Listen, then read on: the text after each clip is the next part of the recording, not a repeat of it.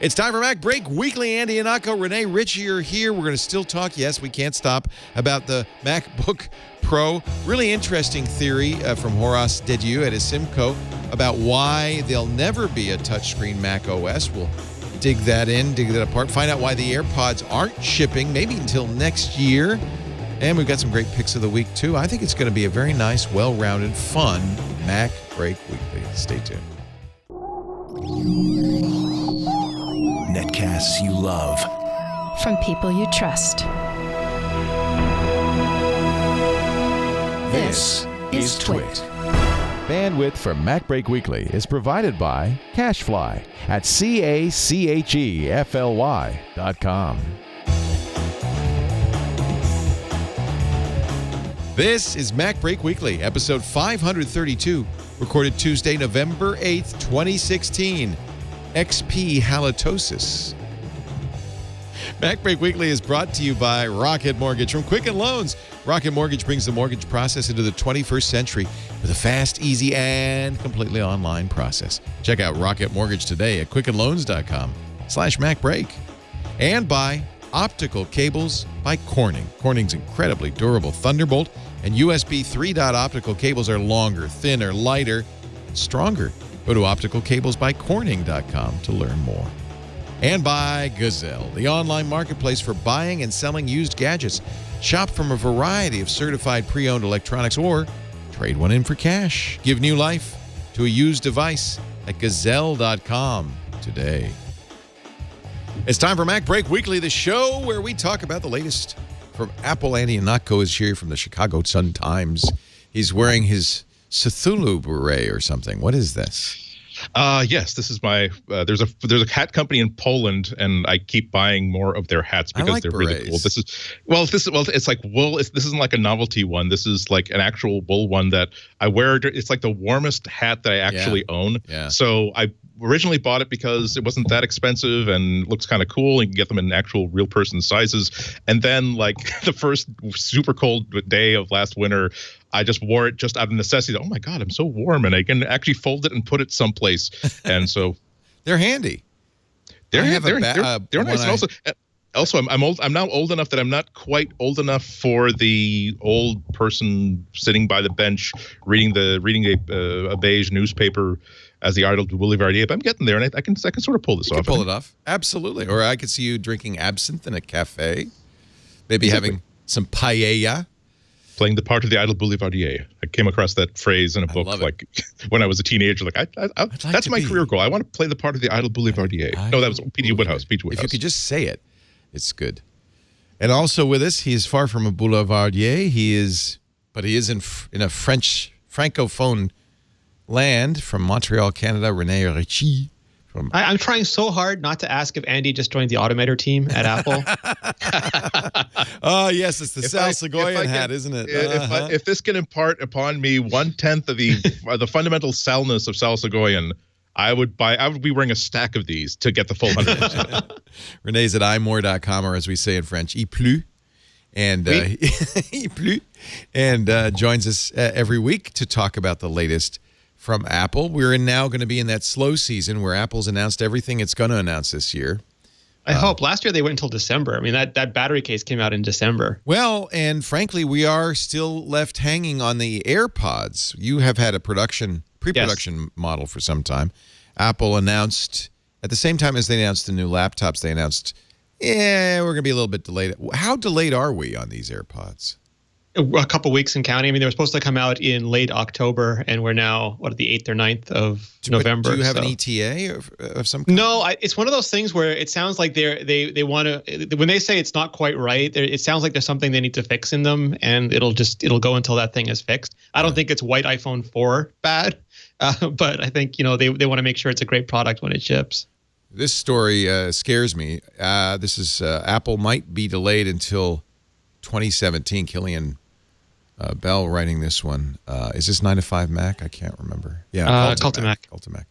I'd have to see good evidence before thinking that. I would have to think that whatever it is would have to be an absolute showstopper for them to say that to lose a deadline this badly, and also lose holiday shopping. Because if there's one thing that they were destined to sell out of in Stuff in every 12.8 seconds. Exactly. It's an expensive Bluetooth headphone, but as an item as a 2016 item with an Apple logo on it, it's dirt cheap, and everybody can use it. So yeah, everyone was going to be buying this. So they're going to do whatever they have to do.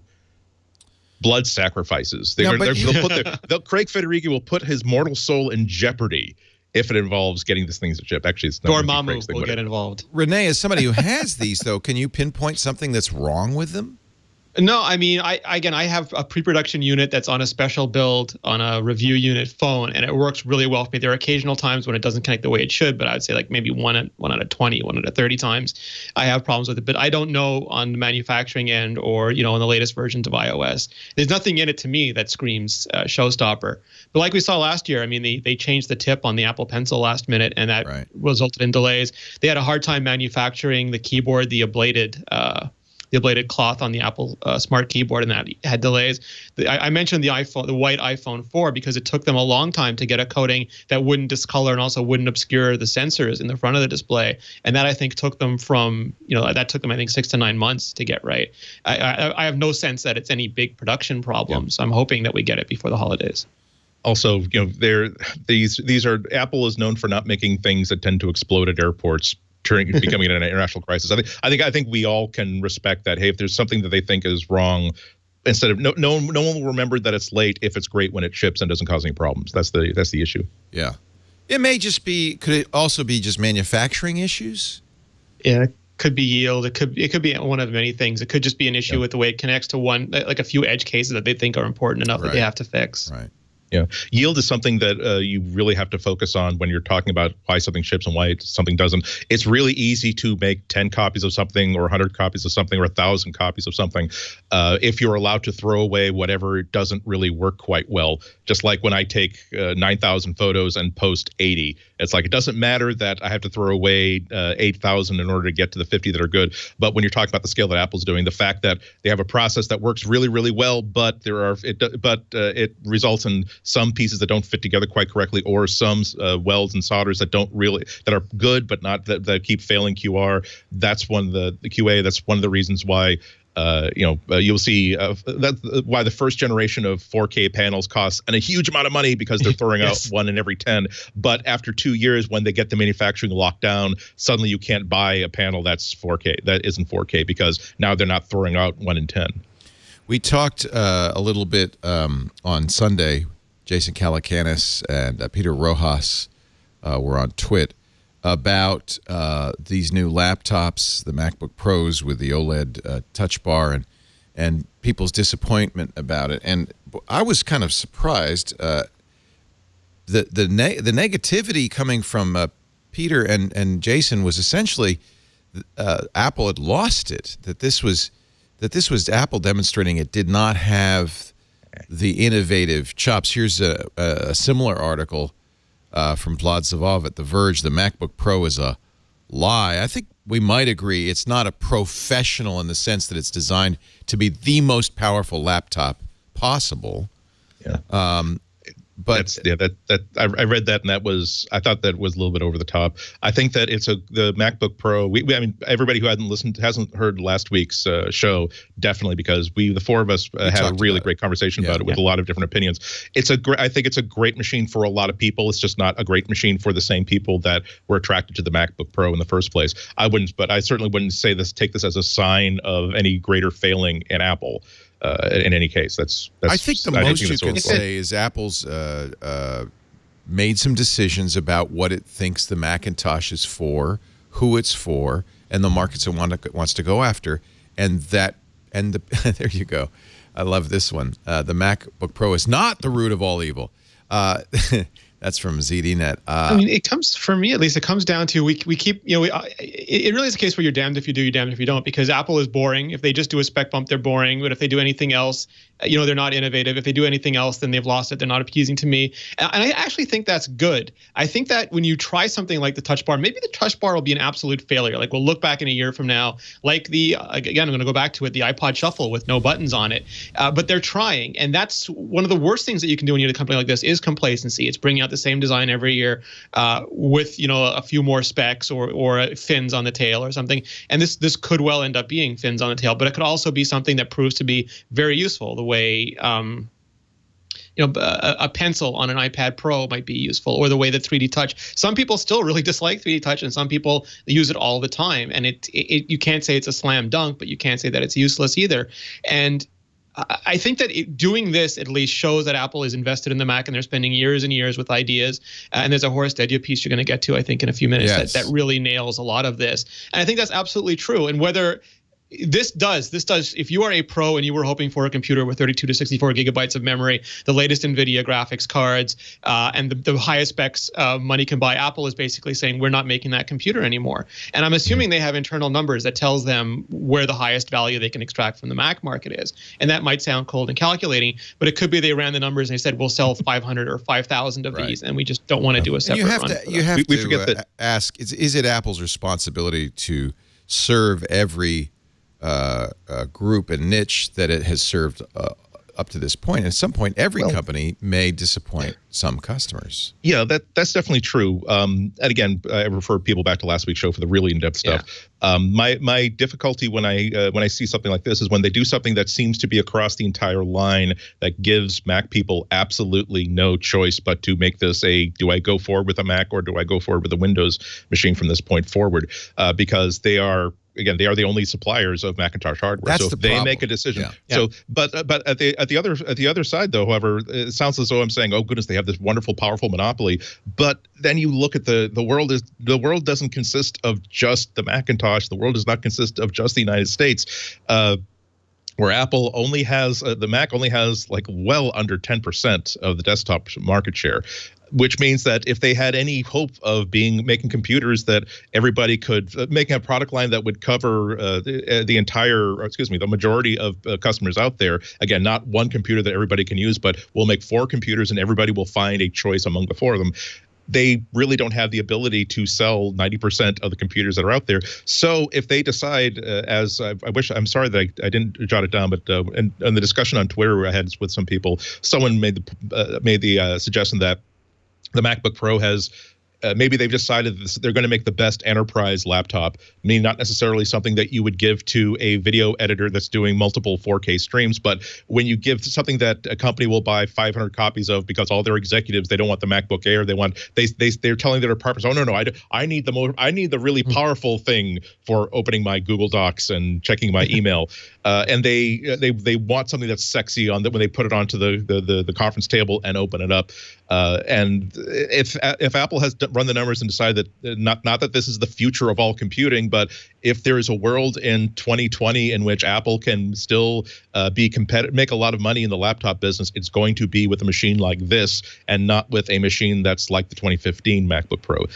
So that's something that they're a company. One could almost say that their sole mistake was to put the word Pro in the name. Yeah, I think that if they call this an extension of the MacBook Air line, then conceptually, I don't think anybody would have a problem with it. They would think, oh my God, is it wonderful they made this incredibly thin and light machine, but that's, for heaven's sakes, it's almost as good as my MacBook Pro. As a matter of fact, I'm thinking about not buying a MacBook Pro and buying a MacBook Air. This thing is so popular. But again, there are a lot of people, when you get to the Pro level, there are lots of different reasons why people want something with the Pro label on it. I will give you a personal example of, I keep talking about how much I love my Olympus OMD EM1, and it is what has Olympus decided. This is Olympus's Pro level camera, and for Pro, does it mean that it has the fastest focusing and it can shoot 80 frames per second of RAW? Actually, for me, it's the fact that when I dropped it on the pavement in New York City a couple weeks ago, I didn't even really think, oh my God, is it broken? It's like, okay, well, I guess I should secure that better next time, because it's built so well that I knew that nothing bad had happened to it. And that's why I was spending the extra money for something like this. So, but there'll be people who are, hey, I'm a sports photographer. I don't care that I'm going to take care of my equipment. I want something that will go really, really fast. I want something that will have a really good focus tracking. So when you get to the Pro level, there's so many definitions of it that it's hard to make a really narrow choice in what you're going to build without pissing off a lot of people and sending a lot of people to your competitors. So I don't like it. Yeah, and I but think Go ahead. I think the problem also is that if they called these anything other than the MacBook Pro, all we'd hear for the next 6 months is where's the MacBook Pro? Right. And they want to tell people that there's no other laptop coming from This them. is it. People are still saying where's the MacBook Pro? But But now it's with hate and not longing. part of the problem is that we're still working in a vacuum. We don't have them yet. And so I can't, and I maybe you guys can, but I can't tell you if I like the keyboard or not. I'm worried, as is Andy. I know about the keyboard looking too much like the MacBook's keyboard. We don't know how good the OLED Touch Bar is, and we won't even know that for a while. We have to use it for a while to really get a sense of what it can do and see what other apps use it and so forth. So, in a way, the jury's out on this hardware. All we can look at is the specs and say, and the dongles required and so forth, and say, well, I would like an SD card slot. I miss the MagSafe adapter. I'd like to see better graphics. I'd like to see a faster CPU, et cetera. I'd like to see touch, et cetera, et cetera. And that's just, that's opinion. That's the sad thing is you can't go somewhere else and get a Mac OS computer that fits your specs. This is it. You can get there's a huge Hackintosh community. Matter of fact, used to have before the iPad. I had a Hackintosh netbook that ran, I think, Mac OS 10.4, 10.6. When this happened, I went out and looked at the Hackintosh stuff, and they've really kept it up to date, haven't they? Yeah, I mean, it's definitely something you can't expect a consumer experience. You can't expect that when if something breaks or a piece of software for some reason doesn't work or suddenly hardware acceleration doesn't work anymore. It's not, hey, let's listen to a podcast about what to do about it. iMore is not going to have a document on how to fix video acceleration, but it's an option. I tend to think though that if you look into building your own Macintosh compatible, you should also look into switching to Windows because you might have a better experience. You might not, but you should. Well, and we should also point out that this is illegal. This is a use of the Macintosh, free Macintosh operating system that Apple does not I mean, it's unethical. You have to decide if it's unethical or not. But I'm going to say it's unethical because Apple puts a lot of money and effort into Mac OS and says the way we subsidize this is by hardware. And you're saying, well, I'm not going to buy your hardware. I'm going to basically steal Mac OS. It's theft. Well, if the feds break into your house to arrest you for your illegal grow operation in the basement, and they see a Hackintosh, they'll say, "Okay, great, plus another 2 weeks in jail for this." Nothing's going to happen to you. Obviously, you can get away with it. Shall we take a look at your video collection, or are we? No, obviously. Well, there's no RIAA or MPAA on Apple's side. Yeah, but that's why I use the word ethical. Because it's stealing. It's stealing. Not that I wouldn't do it, but it's stealing the operating system. I feel like I could do it because I give Apple a ton of money and buy a ton of hardware every year. So having an extra PC, and by the way, I don't do it because it's a pain in the butt, but having an extra PC. You have a perfectly good Mac locked in the closet, and the copy of OS 10 that's supposed to be running on that is now running on this. If you did that, then I would say, oh, that's not unethical at all. That's because you want different hardware. Well, that's how I used to justify back before there was Comixology and back before there was Marvel.com. I would decide that, look, I have a copy of John Byrne's entire run of Fantastic Four, not only in the original pulp, but I also have them in trade paperbacks. If I download these digital copies illegally, I've already paid Marvel twice for this. I'm just saving myself scanning time and electricity. Yeah. I'm saving Marvel the trouble of starting a digital business, which it clearly has no interest in. Isn't there a chance that we're being premature, that Apple will early next year say, oh, and by the way, here's the new Mac Pro, fully expandable, with a huge variety of graphics cards and RAM configurations. And there's a chance that Apple could next spring say, oh, we've heard you loud and clear. We've heard our customers. You love your high-end laptops, and we decided we're going to add just one more on top of here. Here's a new 15-inch with 32 gigabytes of memory. Right. I mean, well, there is a chance that's also. The advantage of Apple. There's an indicator that they may be doing that because they dropped the cost of dongles by 50% through the end of the year. That's not even tacit. That's a explicit acknowledgement that people are unhappy about the dongle situation. They didn't give the Steve Jobs bumper, oh, fine, here's your dongles. Yeah. Aren't we being a little bit... I mean, Karsten made a good point. He posted a picture of his 2014 MacBook, which is running a bunch of dongles, right? Dongles are a way of life for most... I have card readers. I have a variety of different dongles. This is Karsten's MacBook, and he has a variety of things attached. Mine looked like that for a long time. Yeah, I mean, aren't we being a little silly? We've had this situation. That's kind of the way it is with computers. Well, it comes down to first they take away a dongle. You take away one port, and okay, I'm not going to have one dongle. Now you wind up with the MacBook Pro, where again you're getting $2,000 out of me, $2,000 you're getting out of me, and at least for the immediate foreseeable future, it don't do jack if you do not have a box. Not just like here's a keyboard, here's a physical keyboard, can't plug it in. Here is my hard drive, can't plug it in. Here is my monitor, can't plug it in. Can't do anything with it unless I. Well, the biggest one to me is you can't connect the new iPhone. Yeah. I mean, that's kind of weird. I mean, you make a device, contemporaneously with your new laptops, and your new laptops don't have the port that you'd use to connect the device. And there's no dongle in the box the way there is on the. There was one thing that cracked me up. I don't know if you guys saw this, but John Gruber linked to commentary on the 13-inch MacBook Pro, where this is a forum post from Mac Rumors where it says, well, I'm sure I'm going to be attacked for this, but it's got a tiny hard drive, barely enough RAM, not upgradable, no dedicated graphics, only dual-core processors. It certainly isn't bad, but Apple just took the Pro out of the 13-inch line. And come on, it's freaking expensive. And then Gruber says at the bottom, this isn't a new comment. This was posted 4 years ago in response to the last major MacBook Pro redesign. Well, I don't think it makes it all right necessarily that they've done this. No, it just means it's like fool me once. Yeah, but we are squeaky wheels, aren't we?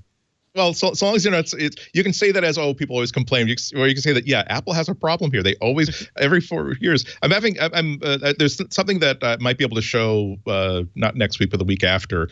I am actually building a computer, and this is one where this isn't in response to the MacBook. This is something that I've had an idea for several months. I thought it'd be just a fun project, and maybe it'd have something interesting to play with afterward. And it's interesting once you get down to, no, there will be nothing in this hardware that I don't want to be there. And whatever goes in here is exactly what I want it to be and how it works. And the first time I had it working over the weekend finally in its final, not put together into a box configuration. So basically on my drafting table over here, just like all the components and all the circuits wired together, and it works. And even in this horrible, exploded R2D2 version of it, it's like, my God, this doesn't have anywhere near the power of my MacBook. But look at this. When I travel with this, I don't have to travel with anything but this. I can plug things into it, and I can have networking plugged into it, and my goodness, it's not an epiphany, but it's like I forgot what it was like to have a computer that you don't need any dongles for. And it's sort of you realize that you had your will broken, not just by Apple, but by makers of Windows machines, because Lord knows that when you have you have to. It's not easy to find a Windows laptop that will also have all the ports you want to have on it, but certainly. Again, there are a lot of different reasons why people are willing to spend $2,000 for a laptop as opposed to $1,000. One of them is the power comes in convenience, and again, the idea of how many things do I have to carry with me in order to make it. It's like they took 3 millimeters off of the box, but how much weight and bulk do you have to add into your laptop bag just so that you can plug it into power and plug it into a network? And good sales, according to Apple, have been pretty brisk though for this new laptop, right? Yeah, I mean, it's hard to parse those because one, there's pent up demand for a MacBook Pro. Right. Two, the market for a MacBook Pro might be much bigger than the market was traditionally. And three, you have this online. Apple said in their online stores, and that's the type of customer who might be bombarding Apple exactly to get it as fast as humanly possible. Yeah. So what Apple said was and they're very candid about this kind of stuff. It was the fastest selling product they've had, the fastest selling Pro notebook, because it includes things before the MacBook Pro existed, that they've ever seen in their online stores. And I think that's probably perfectly legitimate. We will we'll find out soon. The last I've heard, we're thinking a week from today they'll start appearing in stores, November 15th. Although Apple's not saying, but that seems to be kind of a consensus. The one without the touch bar is already in stores. It's just the one I fell for that this morning. I went to the store because I check every morning, see if I can run to the store and get one, because I'd love to have it for the show. I've been using it for the last 2 weeks. What do you think of the OLED one, less one? I want the touch bar just because it's new and shiny and want to play with it. But if in a world where it didn't exist, I really like this machine. It is to me more of a MacBook Air upgrade because it's like a Retina version of the MacBook Air. It's expensive though. Yeah, it's $500 more expensive baseline for this version than baseline for the 13-inch MacBook Air. But I'm getting really fast. That's a whole PC laptop's worth. But it's Apple money. I mean, I'm getting the Retina. I'm getting a P3 Retina display, and for some people, they could care less about that. But I really have learned to appreciate those.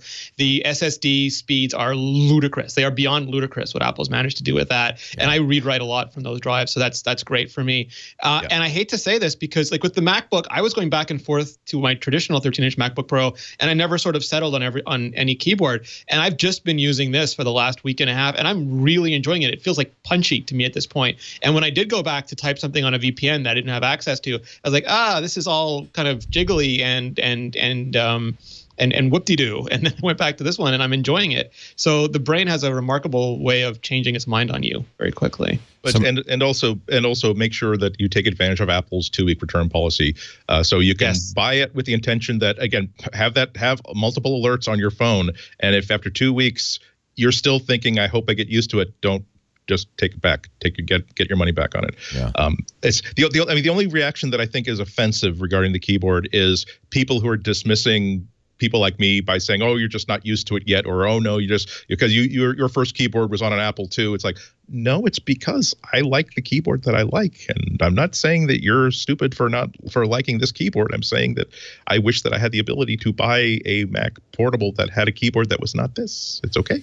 And we should point out that you are a writer, so this is your primary tool, typing. Go ahead, Renee. I'm sorry. I was just going to say, I cannot use the big clickety-clackety keyboards. And I have many friends who swear by them, who immediately go and buy every form of DAS key. Like they're searching for the perfect switch. Right. And I just can't use them. But no, I don't at all disagree with them loving those keyboards. It's a very personal thing. I'd like something but I have a DAS keyboard at home. That's my main keyboard on my iMac. And I would like, and I have a MacBook, and I've tried for a year to get used to it. There was nothing wrong with, this is a 2012 MacBook Pro, nothing wrong with a 2012 MacBook Pro keyboard. Has the right amount of travel. It's mushy. It's not a clickety, but it does the job, I think, quite well. Great for stickers. And it's wonderful when you put the comic book stickers on it. You really can't see what the hell you're doing. By the way, that's an issue with the OLED.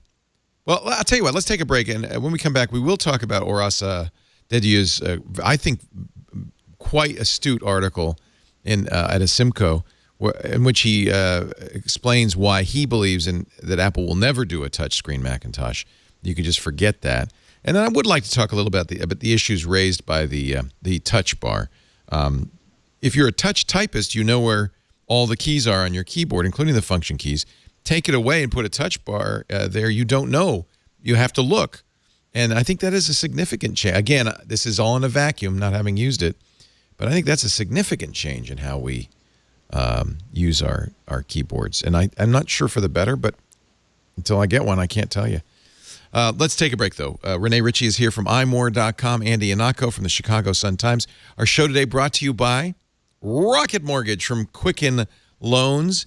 Rocket Mortgage is a product created by Quicken Loans specifically for you guys, people who like to live online, who don't, there are still people, lots of them, I think, who would like to go to a mortgage broker or a mortgage lender and see them face to face, who like the physicality of bringing in all the paperwork, the stacks of paperwork, and looking through the loan possibilities. And that's just, for them, that's something they like to do.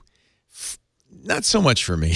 For me, if I'm going to get a loan to buy a new house or refi my existing house, I want to get it over with. I want the minimum amount of paperwork. In fact, if I could do it all online, I would. Well, now you can, thanks to Rocket Mortgage. Rocket Mortgage takes the mortgage process into the 21st century with a completely online solution. It's fast, it's powerful, and because it's from Quicken Loans, it's a great solution. I love this little movie they have here, the young couple looking at a house, deciding they want it, and literally without leaving the open house, filling out the very quick form, submitting pay stubs and bank statements online, and getting approved before they leave, and showing the realtor and saying, yep, I think we'll take this one.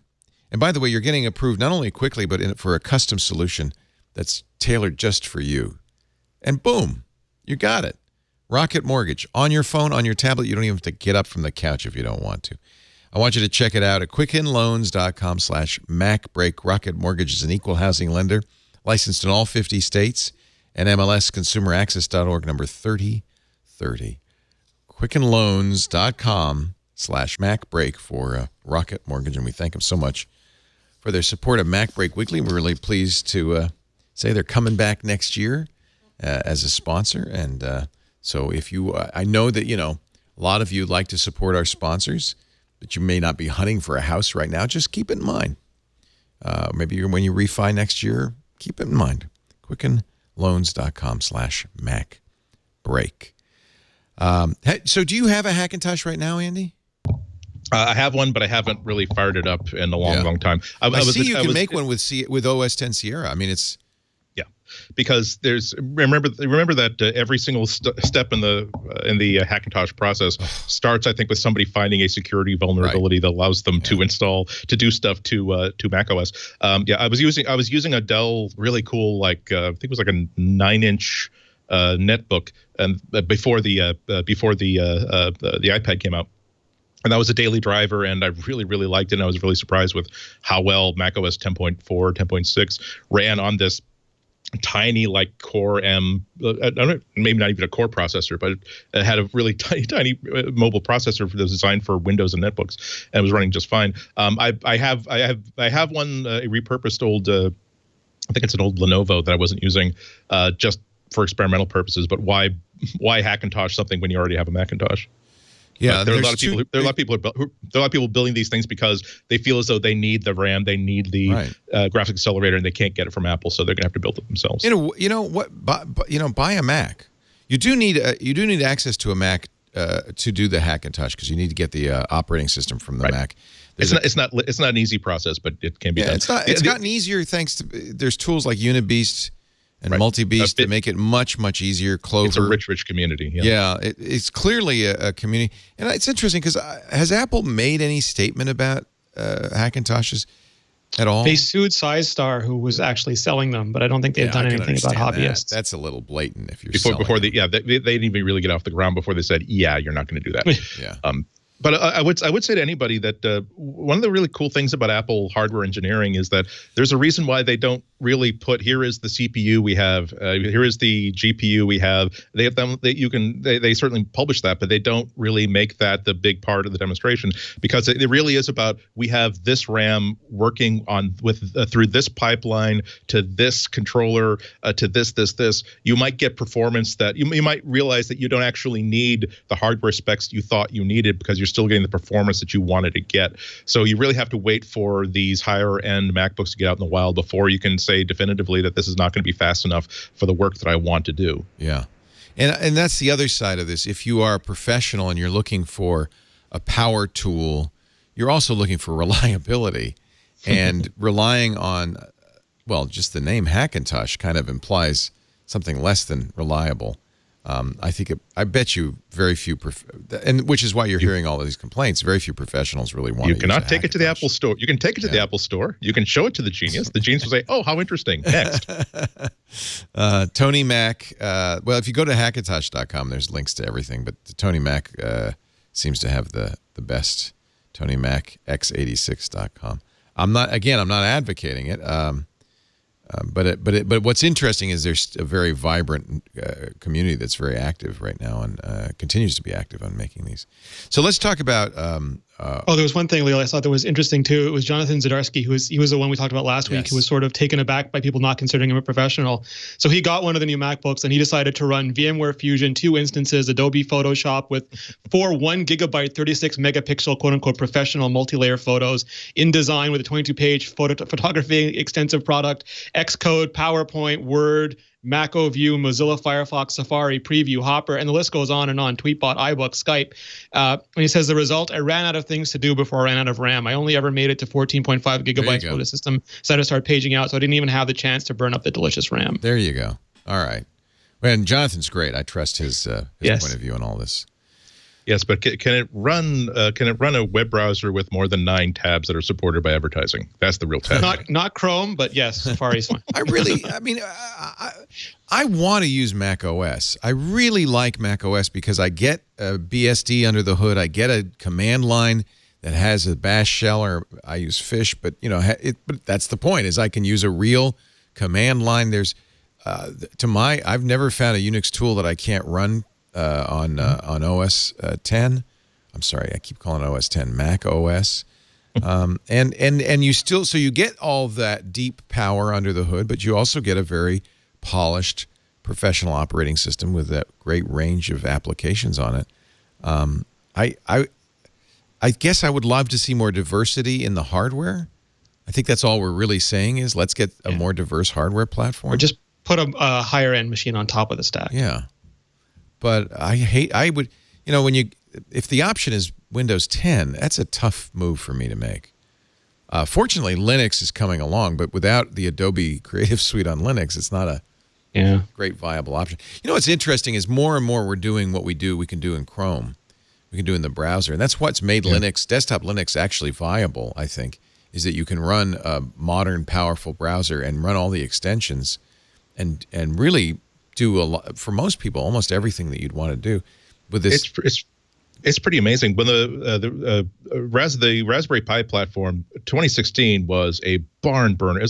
They had a Chicago Cubs type season with developments that really brought the platform forward. One of them is that they released a new version of the Raspberry Focus desktop called, confusingly enough, Pixel, on the year that Google decided to release the Pixel. But one of the parts of it is that they have an official port of Google's Chromium browser that ships that when you install the Raspberry operating system on your $35 or even your $5 computer, it has the Chromium browser. So it has obviously it's the open source version of Chrome. So you have code that Google has written and optimized for doing Google apps, and so YouTube works great. All the Google Docs work great. Google Apps work great. Also, all the third-party apps that are certainly not going to stress a browser more than Google does also work great. So if you find yourself spending most of your time on Google Sheets and Instagram and all this other stuff, you might find that this $35 computer will do a really good job for you. Yeah. And for people who can't buy, who have to rely on a $35 computer, they now have a machine that will do, I think, 80% of what any computer can do. Not as fast, but in terms of the list of things that a computer can do for a consumer, I think they've got about 80% of that list covered. Yeah. And, on my desk in my office, I have been running an iMac, and the iMac, as you might remember, had a problem. The boot drive failed. It was actually a recall, and Apple replaced it for free, even though it was a several-year-old computer. But in the interim, I had a very powerful machine I had built for home use. I was going to put FreeBSD on it, but I brought it in. It has a 4K, large 30-inch 4K display. It's NVMe M.2. It has 4 SSDs, very nice SSDs in it. It has very fast, it's top of the line. Actually, a Xeon, quad-core Xeon processor, and a very top of the line 3rd generation Xeon or 5th generation Xeon, and in other words, state of the art, as fast as I could build a PC. And running Linux on that, a great graphics card, running Linux on that is faster, frankly, than that iMac, and feels much more stable. I don't get anywhere near the issues. It's really the lack of application software that is the biggest differentiator at this point. For a long time, it was looks, it was responsiveness of the mouse. There was certain magic that Apple did, but Linux has caught up quite a bit. It has a really good role, and it might be old-fashioned. Sometimes I think about how trapped that I can get in the idea of, again, growing up, you didn't have like just one computer for you. We were lucky. The house had one computer for everybody. Right. And so, and not that I'm still living in the 80s, but there is a mindset that I have to get rid of, which is that there is such a thing as my one main use computer. Yeah. And when I talk about how I wouldn't be sad if this were the last MacBook I ever buy, it's possible that in 2 years' time I will realize that even having a MacBook is not as important as having a good Mac desktop, as having a Mac Mini. And it's possible that instead of every 2 or 3 years spending $2,000 on a MacBook, that money is better spent on a really good iOS tablet, whatever it is that year, a mediocre desktop that could run next door to the really good desktop I bought 2 years ago. So really, anybody who's talking about gloom and doom for the Mac platform, anybody who's talking about gloom and doom for Apple as a species, it's really old-fashioned. What about some Combo Zone in the chat room just had a thought. I like this thought. Microsoft sells a version of Windows 10, a system builder for people who are going to build systems. What if Apple started selling a system builder version of OS 10? Not cheap, maybe $200, but that would subsidize their development of OS 10 and allow people to make legitimate Hackintoshes. I would love that. The question would be, how does this help Apple to sell more hardware? It doesn't. And right. That's the answer why. Okay. Also, they're so contrling of the product experience, they probably wouldn't want to. Well, they've always the said wrong hard drive, Leo. They've always said the only way to make it, make your software look great is to make the hardware too, and vice versa. Mm-hmm. And by doing both, they really control the experience. So this and gets God help them with the supporting people who buy that. It's not a business they probably want to be in. To Horace Dediu's, I thought, really insightful article about the Macintosh and why Apple is not going to do a touch Macintosh. And if I can summarize, it comes down to this particular graph, the amount of time spent. Amount of time spent on desktops is shrinking dramatically, while the amount of time on the mobile devices is increasing dramatically.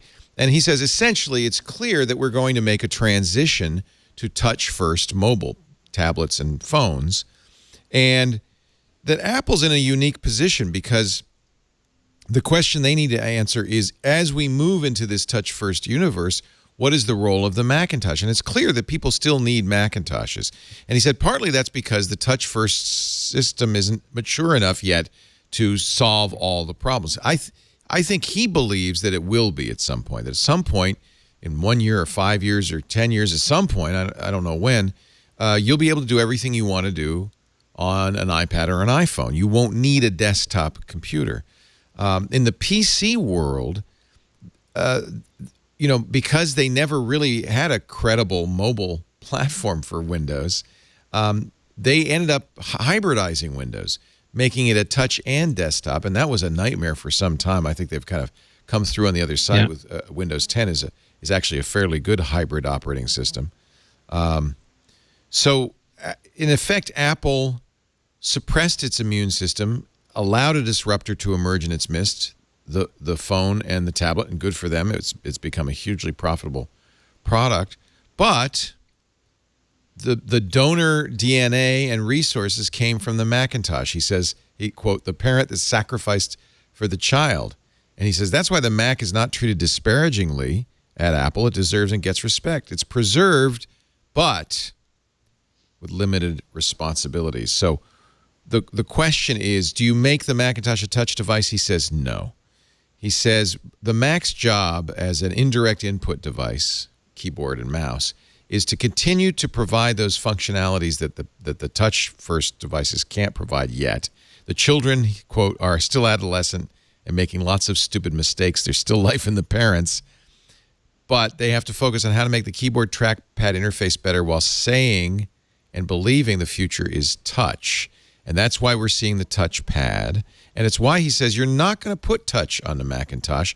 You're going to continue to focus resources on making touch-first devices better while keeping the Mac alive until such time as the parents can basically hand it off to the children. He says it may seem that Apple is pulling punches. The product could have evolved into the full-touch dual-screens pen input hybrid model of Windows, but that only makes sense if you don't have a mobile product that's promising the same and tearing up the world at the same time.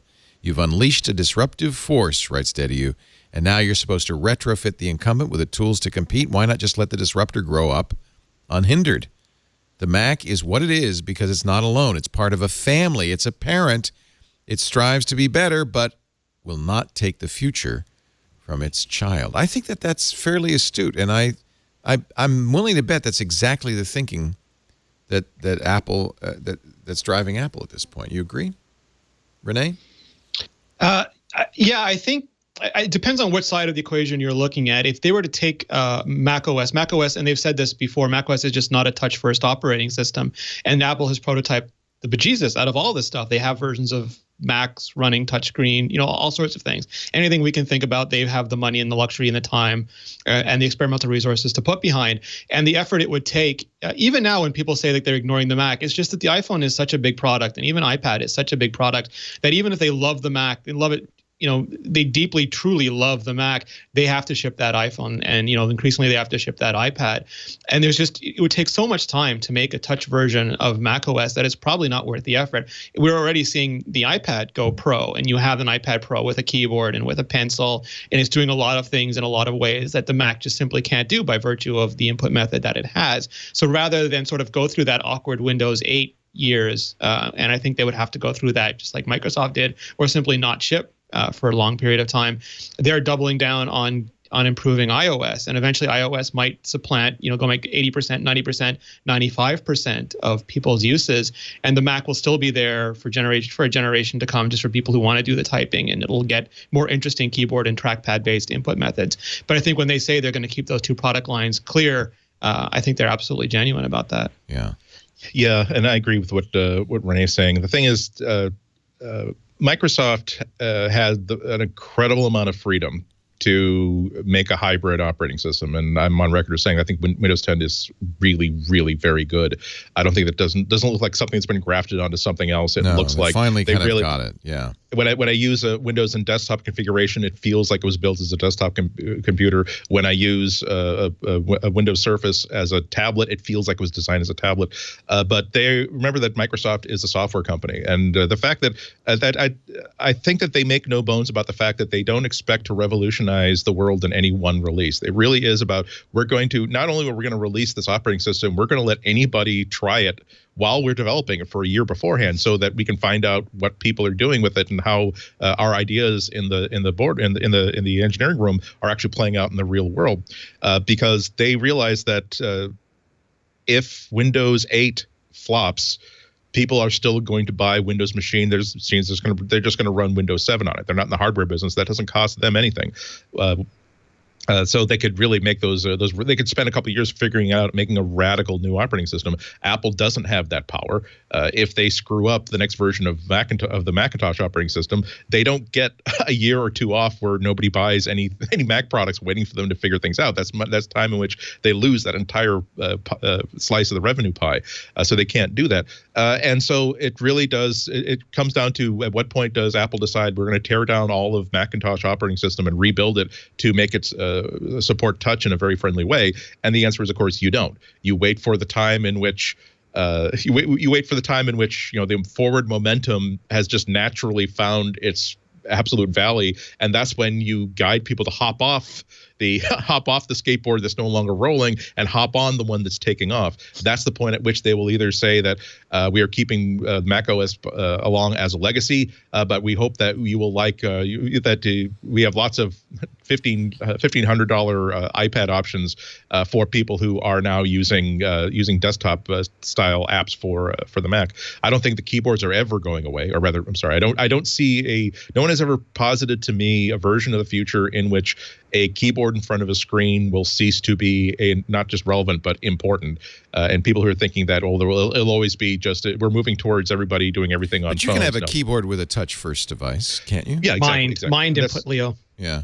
But I mean, I have a keyboard, and when I really like the keyboard with my iPad, the iPad Pro, and the that's actually, it made me the MacBook Pro this year made me realize how much I like the experience, that particular experience of the Microsoft Surface, where if I want the minuscule thin keyboard for ultra portability, I can get that. But if I want to have a really, really great experience, I can spend $90 for a Logitech K11 and get a conventional notebook style keyboard, or I can spend $150 and actually get like a compact clacky style keyboard with cherry switches. You get to basically decide what kind of experience you want to have with it. Yeah. Again, I recognize that that's not practical in any way for Apple to do, but I don't think that they're going to intentionally hybridize anything. I think that they're going to continue to mature the iPad, because that's in the best interest of the iPad. They're going to continue to keep touch off of the Mac, because again, unless they decide that we're going to take 2 years off, everybody come back in 2 years, we'll show you something cool,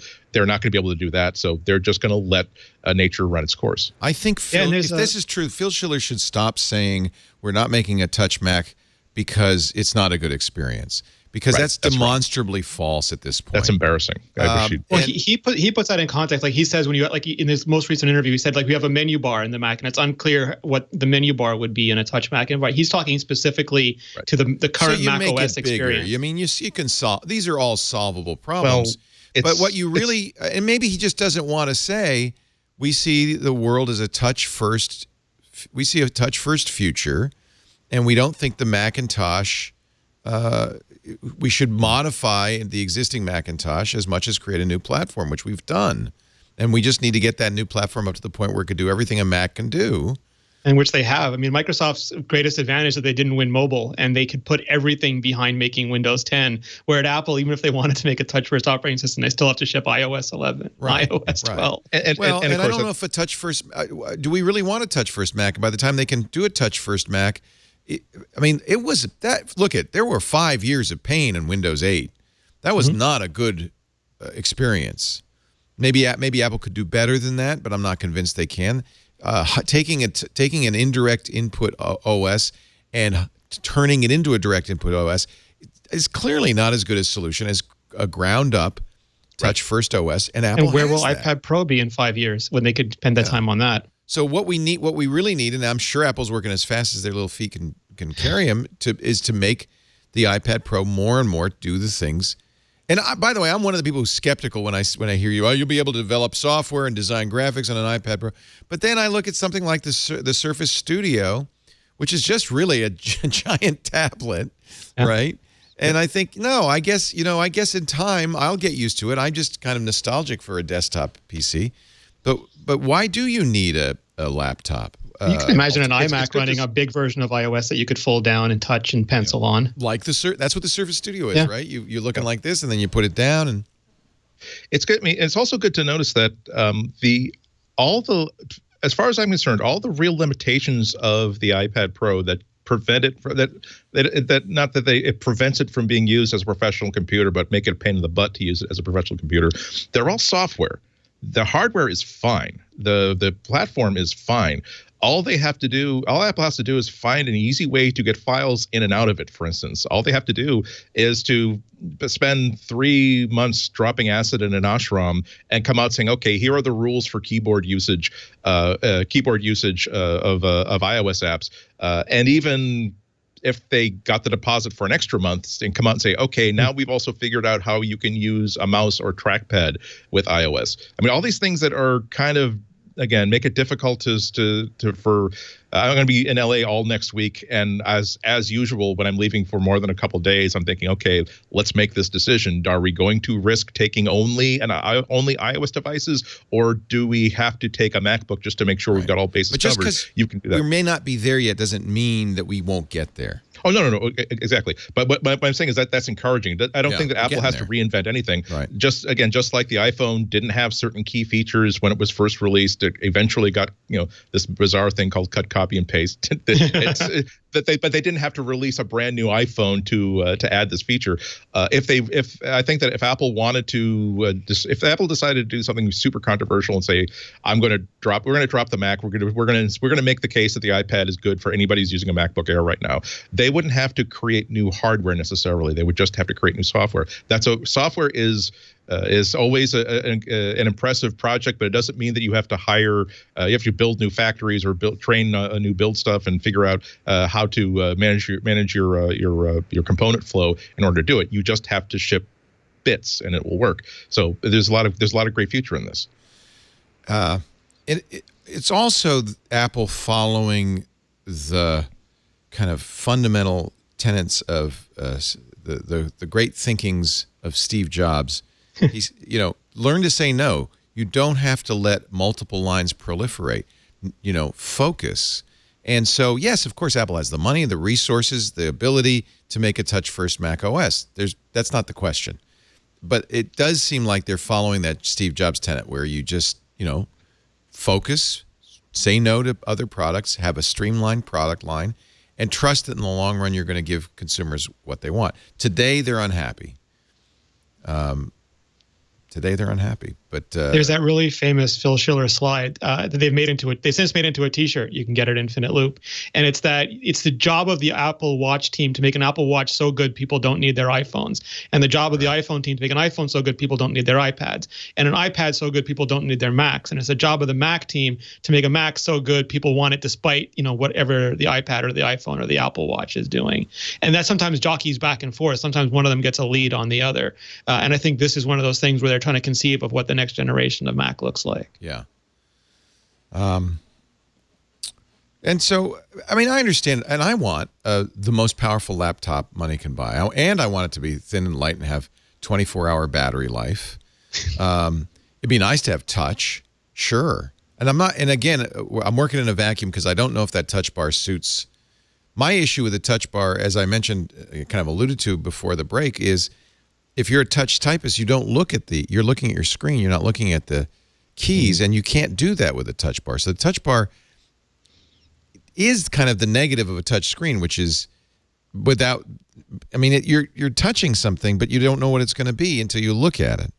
And it changes. It's dynamic. And it changes. Yeah. So I'm nervous about it, and I have no idea what it's going to be like because I haven't been able to try it. So it all depends on execution. I think that if it becomes I think that the litmus test of the touch bar is going to be they should have a version of this in the engineering room where someone has taken a piece of gaffer tape and just absolutely covered that touch bar. If there's something you can't do now, then you need to rethink that piece of software because it has to be completely optional. It's not a problem for touch typists until there is something that I have to touch on the touch bar to make something happen, and it has to be something where it's not going to be the sort of thing where I'm going to be naturally sort of leaning back and about to grab my mouse to find something in a menu. So long as it becomes a shortcut option, I think that there's nothing but upside.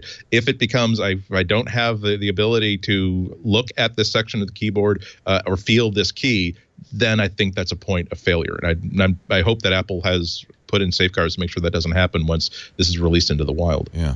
The only thing that saved me, so I had a lot. I didn't use it long enough, and in the time I was using it, it took me a while to get used to it because for example, it does suggestions the same way your iPhone keyboard does predictive suggestions. But on an iPhone, I'm looking at the screen and the keyboard at the same time, so I don't have to move at all. And with this, I didn't need the suggestions because I'm typing fast enough that the word is finished by the time I notice that there's a suggestion there. Yeah.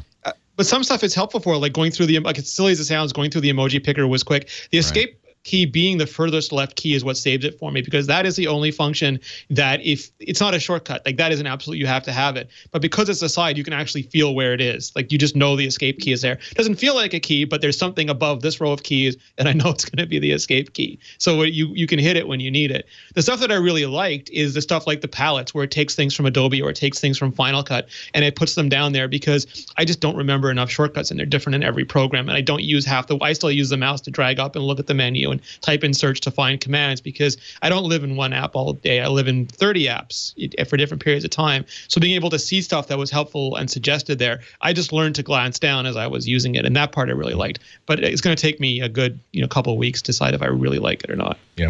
What I really would have loved to see is something that Adobe has been doing with companion apps for its desktop apps, which is to say that if you're using your Mac, you're probably not using your iPad. So why not make that into an input device for the app you're using on your Mac? And if Apple decided to make an OS level solution that so that third-party apps, they could broadcast to the app that, oh, by the way, this person has a phone or an iPad mini or an iPad Pro that is now docked and designated as both an output device and as an input device. Now, here's an area that you can now put your own tool palettes and your own buttons as controlled by the app. That would be pretty damn hot. That might even keep me into Mac laptops for a long time more because there's so many people who, if you've already invested in a MacBook, you probably have a phone and you might even have an iPad. And one of the reasons why it's a cheap thing to have a dual display thing is that I paid $1,000 for this iPad Pro, but I also bought a really cool 13-inch portable second monitor for my Mac setup. So I think that the Touch Bar is interesting. conceptually, I think it'd be more interesting to be able to have the second screen somewhere that is not going to be, I can drag a window there and now that's where my Twitter is. But I can expect that if I want to do something that feels like a shortcut, or if I want to switch between 8 different font styles and see representations of those font styles, instead of having to pursue a drop down and hope I pick the right one, here is a panel that is designed to be my custom keyboard for Microsoft Word styles, or here's my palette picker, or here's my tool picker. That's the sort of stuff that I would love to see. Kind of along the lines of what you were talking about, Renee, I think that the secret, maybe a surprisingly useful app, is autocorrection on the touch bar. And the reason I'm thinking this is I read an article this morning in The Atlantic that was hysterical. Chinese characters are futuristic. The alphabet is old news. This is a guy named Tom Mullaney. He's a historian of modern China. He has a collection of Chinese typewriters and keyboards. And he says, in fact, China has an advantage here, even though for years they didn't. In other words, in order to send a telegram, look at this keyboard. In order to send a telegram in China, you had to send all these. It cost them 4 times more to send a telegram because you had to send so much more information. But with autocorrect, and he talks about Chinese T9. Let me see if I can find it here. With autocorrect, for instance, T9, which remember the old entering texts from the number pad on your phone. There was this thing called T9, which would predict what you were going to do. It turns out it works really well in China because it's stroke based, and you can see if you look carefully the yellow strokes on the 7, 8, 9 key. What happens is you enter the first few strokes. Average Chinese character is 9 strokes. That's a lot. But you enter the first few strokes, the phone is very quickly able to guess the character, and the character is a whole word.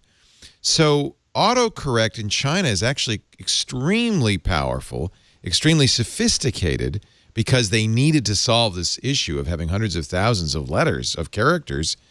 And an average Chinese speaker might use 10 to 80,000, really sophisticated of 90,000. There's a lot of characters.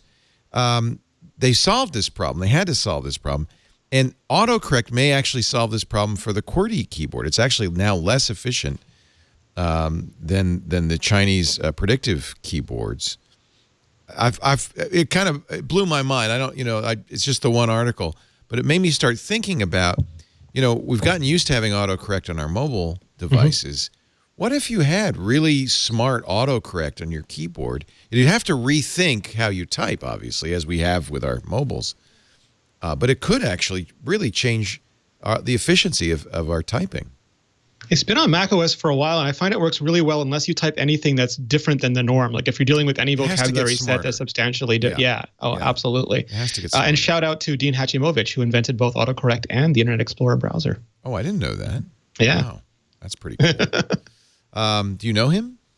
No, but I saw him arguing with Don Melton on Twitter, and it was hilarious. Whatever he says, I'd agree with if he invented that. Yeah. Actually, it's going to be more interesting to see something like Siri and Cortana and Google Assistant as input devices, so to speak, where you now say, okay, insert my address, or tell them that reply to this one by saying that I can make it, but I'm going to be a little bit late. And it's not I can make it, but I can be a little bit late. It will go through all the stuff you've actually typed to compose things that don't need the personal touch. The ability to just simply say, here is a message that actually pulls out the information you need, or something that will pre-flag and put on your desk for your signature, so to speak, replies to certain emails. Well, that's where you could start seeing machine learning and artificial intelligence getting really useful in this. And that's what Google does now with Inbox, and they're doing with the Allo Messenger. They're starting to offer canned responses. So Allo Messenger is really interesting because I'll get a text from somebody and it will suggest maybe you'd like to answer one of these 3 things, and I put a button underneath, and it's uncanny. And it's much deeper than just autocorrect what's the next word. It's kind of understanding what the question is and providing a response based on your previous responses. It's quite good. The role of the keyboard has always been not for typing, but to tell the computer what you want. What do you want this computer to do for you? And now that's such a broad thing. I was standing outside a American Asian restaurant, and they had decorative band of flags like outside the restaurant, and I could sort of recognize it, but I didn't know what country it represented. And I took out my phone, my Android phone. I was about to Google like what. Oh, I think this is a Korean restaurant, so maybe it's the flag of Korea. So I Google for images of the flag of Korea, and then I realized that, oh, wait a minute. The camera app in Android, the stock camera, is tied into Google Now, so I could simply launch the camera app, put the flag in the live view, hold down the home button, and then 4 seconds later, identify that this is the flag of the country and hear details about that country. So that's what we're talking about. We're talking about keyboard replacements. It's not just about predictive text. It's about, well, what does the user want to do? Is there an easier way to help them out without forcing them to actually, use their language skills? Yeah. Wouldn't it be interesting? I mean, maybe that's the end game on this OLED, is to actually become a artificial intelligence. If that were a dedicated window into Siri, where this is where Siri never goes away. And I could do things like now I can have a conversation with Siri, and Siri will ask me questions back or give me candidates of, well, you're available at these 4 times. There are buttons 4 times and dates. I can tap that. If it were less of here is a screen that can have lots of different things in it, you don't know what it is, as opposed to every time you want assistance on something, the interaction is going to be here. This is where they live. This is the open office door between you and your assistant's desk outside. And when you yell, Becca! Where am I going in 2 hours? Becca! It says task marker. I pay you to screen these people. Let's take a break. More coming up. Andy Anako, Chicago Sun-Times from iMore.com. It's Renee Ritchie. We're talking Apple. And now that you have Thunderbolt 3 ports on your new MacBook, you're going to want to start looking at cabling, and some really nice cabling from the kings of glass, Corning. You've all heard Corning Gorilla Glass. You might even had some Corning Ware when you were a kid at home. They sold that division, but they still make high-tech glass products like fiber optic cables.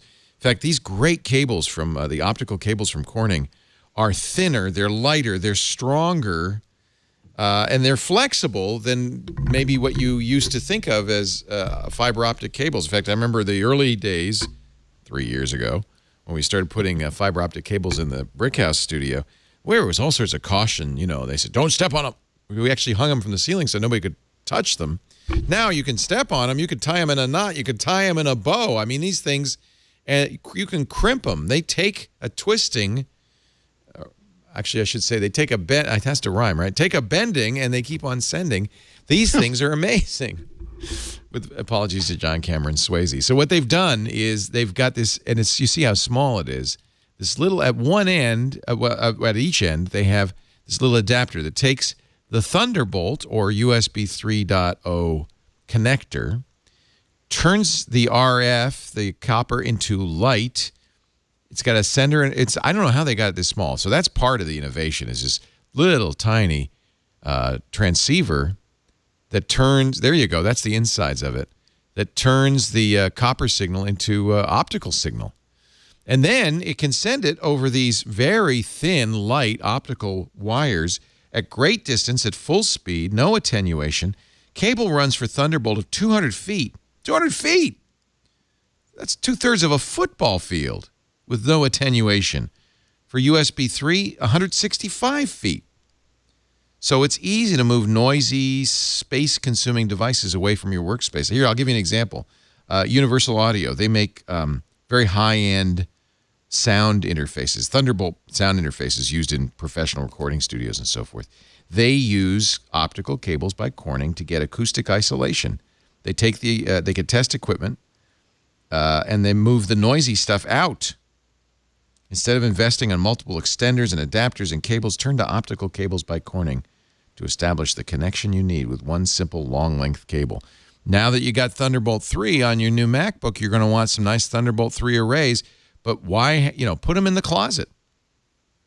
They can be as far as 200 feet away. Optical cables by Corning. You can get them at Apple stores and all major electronics and professional AV retailers, Amazon, B&H. Optical cables by Corning. Longer, thinner, lighter, and stronger. Go to opticalcablesbycorning.com to learn more, and we thank Corning so much for their support of MacBreak Weekly. I'm gonna start working on them to say, make these Type-C dongle free. But for now, I use them all the time. I have a Drobo Thunderbolt Drobo that I connect to my iMac using the optical cables by Corning. It's awesome. It's way down, it's under the desk, so I don't hear it. OpticalCablesByCorning.com if you want to learn more. And we thank you so much for your support, Corning, of MacBreak Weekly, and for making these awesome cables. You can bend it and it send it. It takes a twisting and it keeps on spritzing. I don't know. Bend it, shape it any way you want it. Anyway, actually, I'm not going to sing that anymore. Isn't that a Southwest Airlines is using that now for their ads, and you see them all over the football and the baseball. It helps people have expectations on the comfort of their seats. Anyway, you want. All right, Siri, have you guys tried that now in Sierra, or do you use it? I never find myself using it. Yeah, me neither. I use it for things. So what I find that Siri is good for is to help me with my essential laziness. Like, for example, on iOS, sometimes I just don't want to type a lot, so I'll dictate. Like, if I want to do an article idea, I'll just dictate it quickly to notes. And even if it's not 100%, I remember the gist.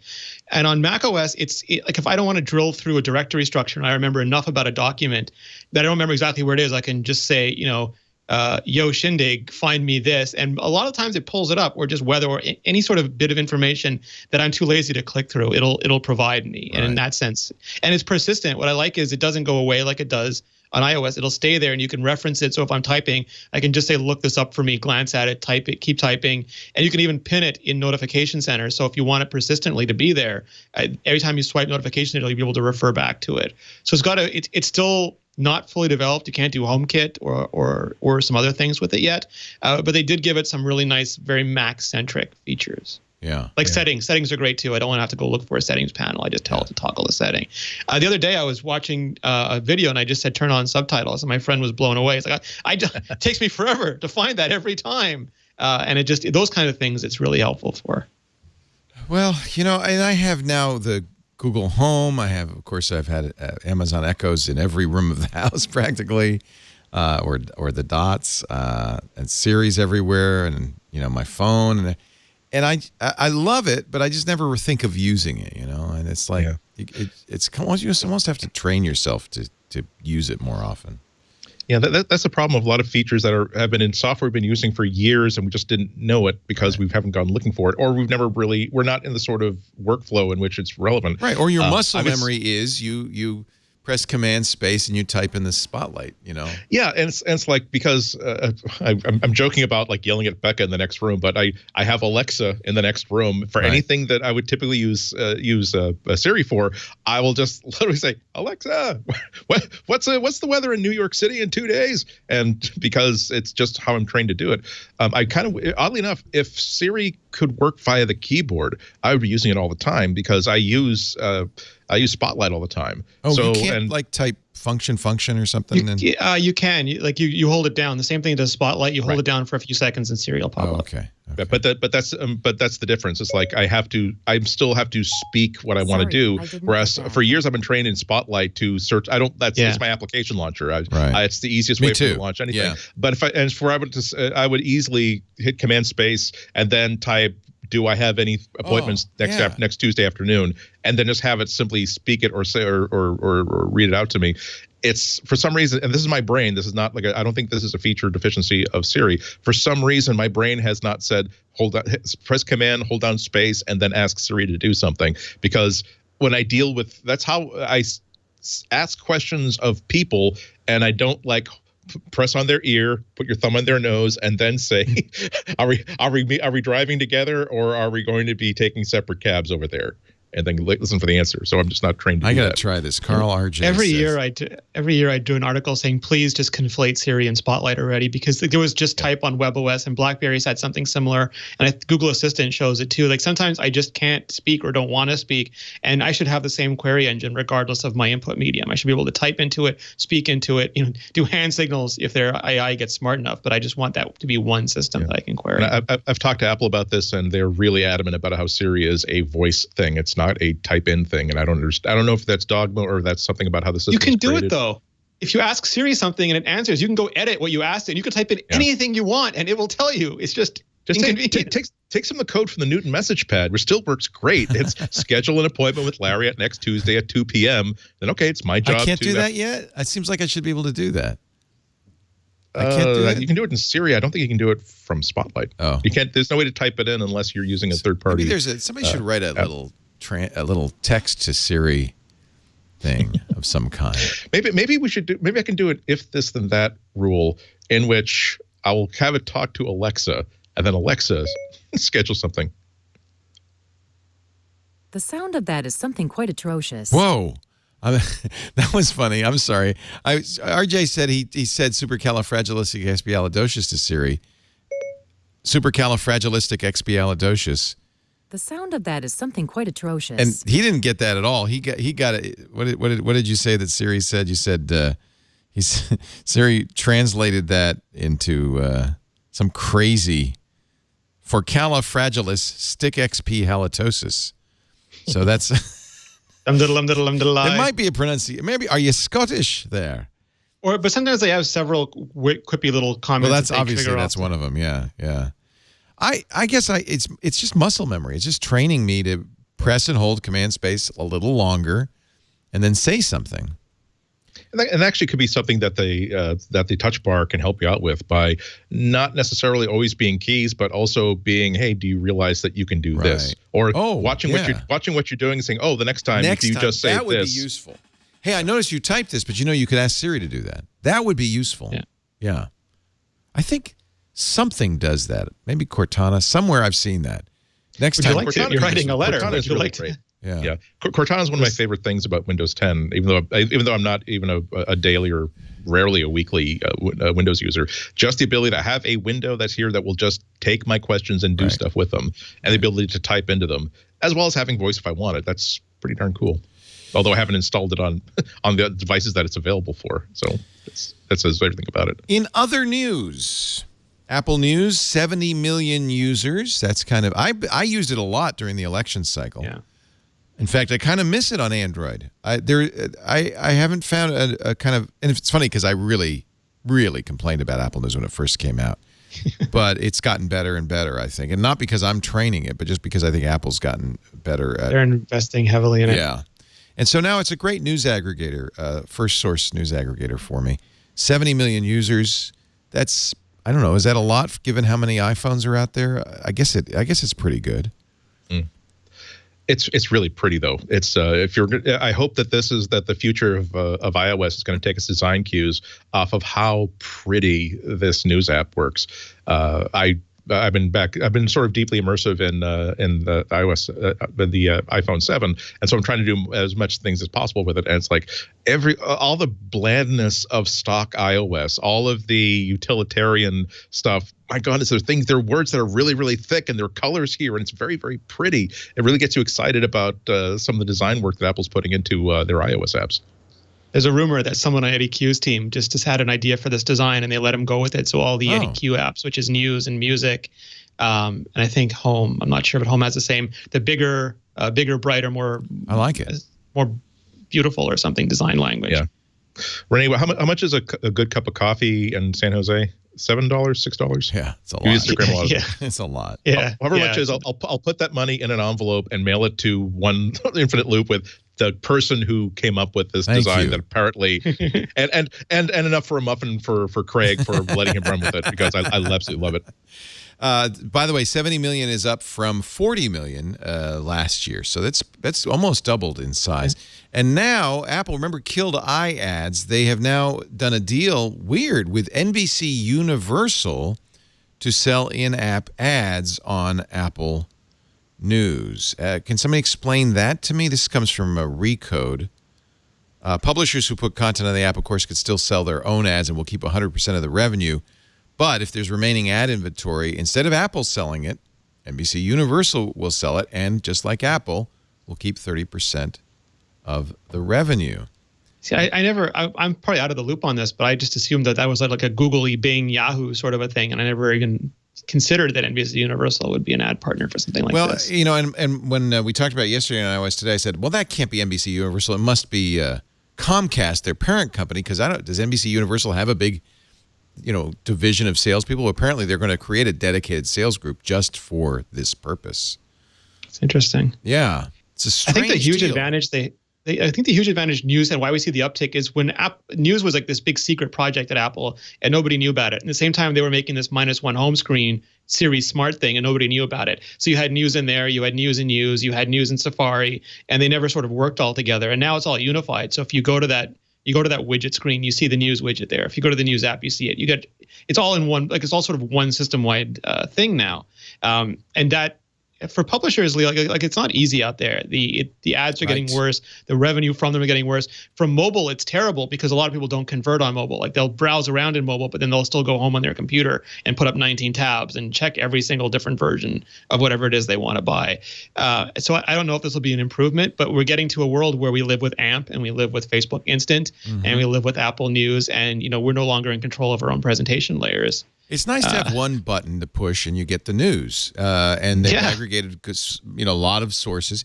And they're driving a lot of traffic, according to Nyman Lab, which studied Apple News readership. CNN says its Apple News content got 36.5 million unique readers in September. Now, of course, this number is going up because of the election. But that's a big increase even from August of 5 to 36 million. Page views increased from 43 million in August to 274 million. That's partly because of this election, but they also say the notifications started working after iOS 10 redesign. And I have to admit, I do see the notifications from Apple News, and that does tend to pull me into those articels. Yeah, I rediscovered it when I found News and swipe left, and just like with Google now, it will hook you the first time that it finds something that you didn't know about that you're interested in, and then that sort of trains your brain to I'm going to swipe left now to see if there's anything interesting going on right now. Everybody, so it's definitely getting better. In the news biz, though, is acknowledging that some of this bump comes from the election, and actually everybody in the news biz is very worried about tomorrow. That people are just going to stop reading the news, and there'll be fallout for at least a week. Maybe it'll take a little while, but this has happened in previous election cycles. As people get very interested, they follow the news much more closely, and then after the election's over, it's over. And don't they run again? I mean, it seems to me the U.S. election takes a good 3 years. Yeah, they're going to start soon, I think. I know, right? They're going to start soon. Oh my God.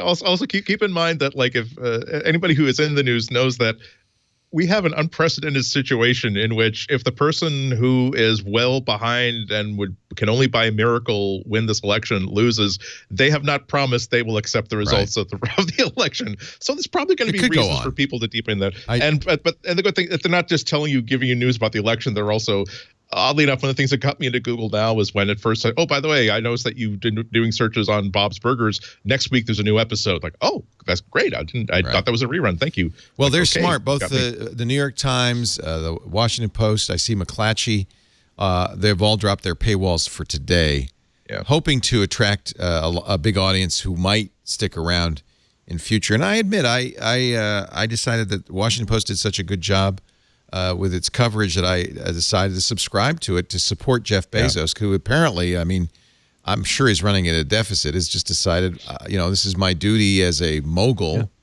to support journalism. And, each billionaire should buy one paper of record and just and not mess with it, not do what Shelley is doing with Sheldon Adelson is doing in Las Vegas, not mess with it, but say, I'm going to create a firewall between my opinion and your news coverage, but I will support you. And, Bezos has built a beautiful new offices for the Washington Post, gone heavily digital.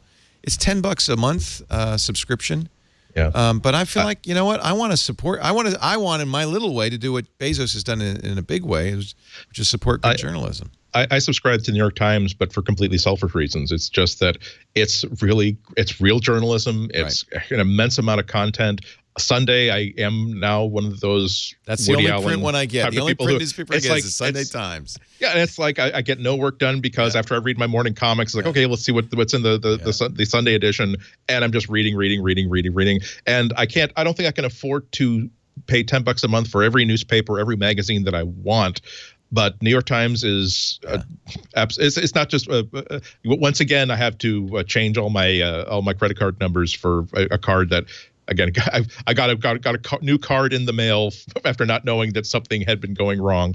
But it was like I noticed it because I can't get access to the New York Times. I got to do that right now because I want to read the stuff that's going on right now. No, and I feel like it's almost charity in a way. I have my charitable causes. I send money to Wikipedia and Doctors Without Borders every month and the EFF. And a little patronage to the New York Times and the Wall Street Journal. Actually, the Journal of the Times and the Washington Post. If that's the reason why you're doing it, I'm a print journalist. Send money directly to me. Hey, if the Chicago Sun-Times, I'd be glad to send them $10 a month as well.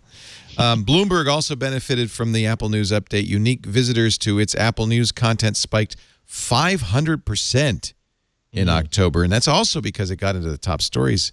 That's just Gurman. That's the Gurman bump. That's the Gurman bump. I think you're right. The Gurman bump.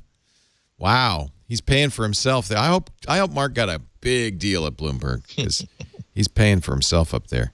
I've seen him twice since then, and he was smiling both times. Yeah, I bet he's smiling. What kind of shoes is he wearing? It just shows, okay, maybe journalism is in trouble, but some forms of journalism, Apple journalism, lots of money to be made. Journalism has never been in trouble because it's a product that everybody wants and needs and is willing to pay for. The question is, how do you get them to pay for it, and what are they willing to pay for it? That's the only thing that's changed. No, you're exact. Monetization is the challenge. Exactly right. Yep. And it's like people like Gruber and Gurman. It's not like their names. It's not that their audiences. It's because they consistently do great work, do great journalism. Right. That's why someone like Gurman is going to get headhunted by Bloomberg and is going to get a really good offer. And that's why Gruber can have Gruber Crunchberry cereal and sell 10 million units a day if he wanted to, because he's just does such a good job of what he does. A couple of people in the chat room wondering, Carl, RJ, and Jana, why we do not have Apple News on the Mac yet. Or outside the U.S., U.K., and Australia. Oh, that's right. It's only in the U.S. Well, it's English speaking, maybe. I don't know. Because the Mac is old news. The Mac is old news. Why? No, I mean, they'll get there. We got the other apps. I mean, it's just it's Apple. And again, some people hate this about them, but they really want to think about the use case. It's like we don't have it on Apple TV yet, and they're thinking about it. Is it a video only? Does it strip out all the video from your news feeds and just show you that? And how do we present it? And when it's on the Mac, like it took a while to get iBooks there, and they're like, I don't think they did a great job bringing iBooks to the Mac, frankly. But sometimes they think about like, how are we going to use this? How are we going to present it to you? And then whatever development budget they have, it gets slotted into that that pipe, and maybe next year we get it. In fact, one of the reasons I'm bringing up news and the success of news is to contrast it with TV. Apple TV's TV app, which poses the same potential of being the place you go when you open your Apple TV. You just go right to TV because all the stuff you want to watch is there, but they haven't made the right content deals yet. And, you can't see everything you want to watch, so you're still stuck going from app to app on the Apple TV. And it's US only, which is only it's a huge percentage of their customers, but it couldn't be the primary interface. It's like the Siri remote only works in a few countries. So in other countries it's called the Apple remote. Right. So but it would be a great way to at least get people to get hooked on the news service. If the screensaver were Apple News, I mean, if the default thing for the screen to do when it realizes that I'm not paying attention to it or I'm not in the office is that I'm going to be the lobby screen kiosk that simply says, here are interesting things that might want to grab your attention. It's not the reason why I would use Apple News, but it would click me into that app and give me a reliance on it, and then maybe trick me into seeing ads.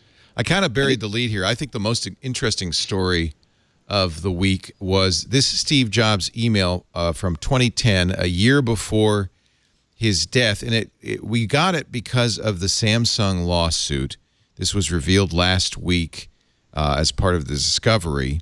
And this is Apple's, suit against Samsung over smartphone patents, and it outlined his strategy for Apple going forward. And this, it turns out, was the agenda for Apple's annual Top 100 meeting later this year.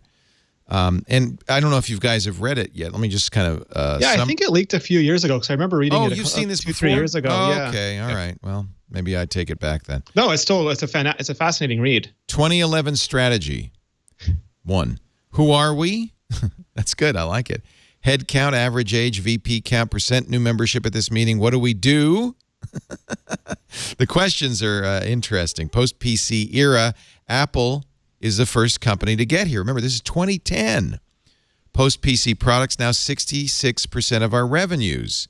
iPad outsold Mac within 6 months. Post-PC era equals more mobile, smaller, thinner, lighter, plus communications, plus apps, plus cloud services. Now, this one maybe not so good. 2011, holy war with Google.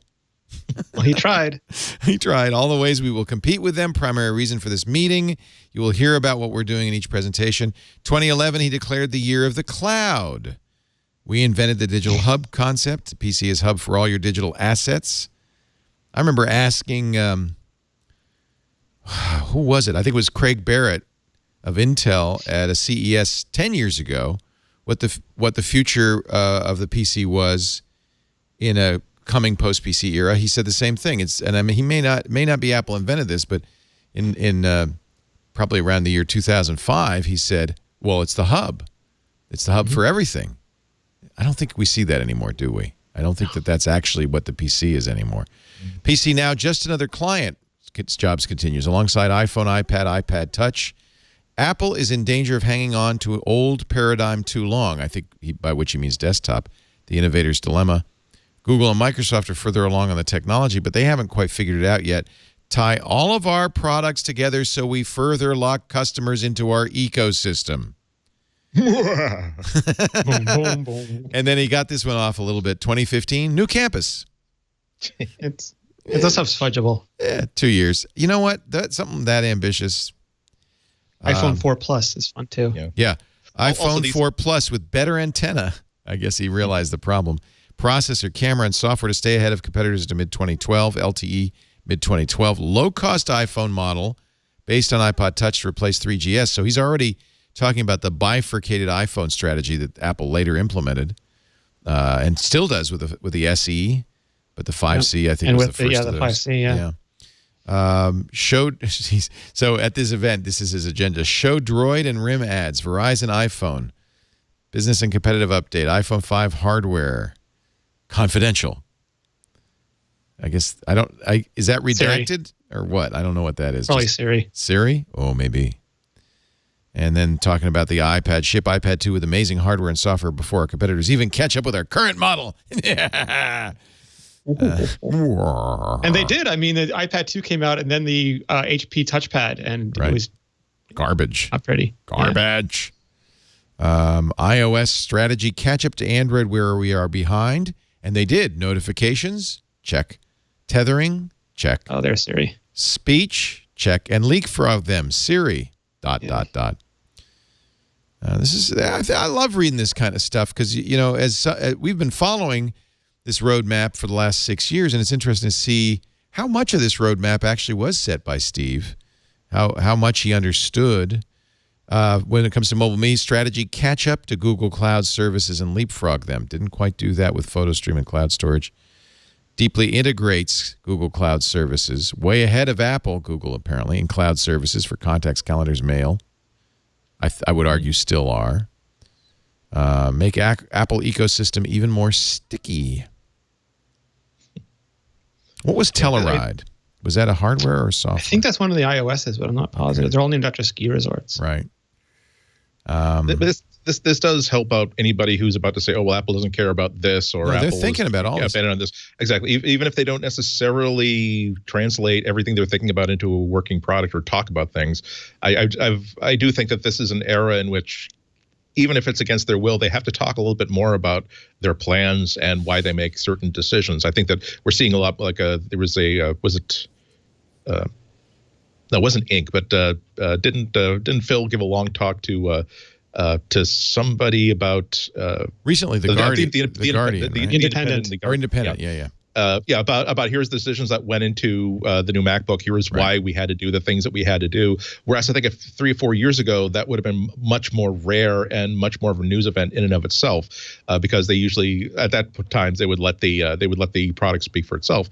But it's no good. Things they can lose control I of the feel story. like when if Phil they just let Schiller people talks speculate. now, they should bill him as an Apple surrogate.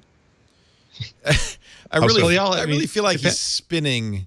There's a lot of spin in what For Phil's marketing, saying. he's the marketing guy. Exactly. That's his title, and he works for Apple. It's not like he's a journalist. That would be a problem if he were a journalist. I spent the last year investigating the Mac, and here's my finding. By the way, you did iOS, you did iPhone, you did iPad, you did all of that, and then at the end, Item 7 on the list, Mac, and there's only 4 bullet points. Hardware roadmap, Lion Plan, Mac App Store, Final Cut Pro demo.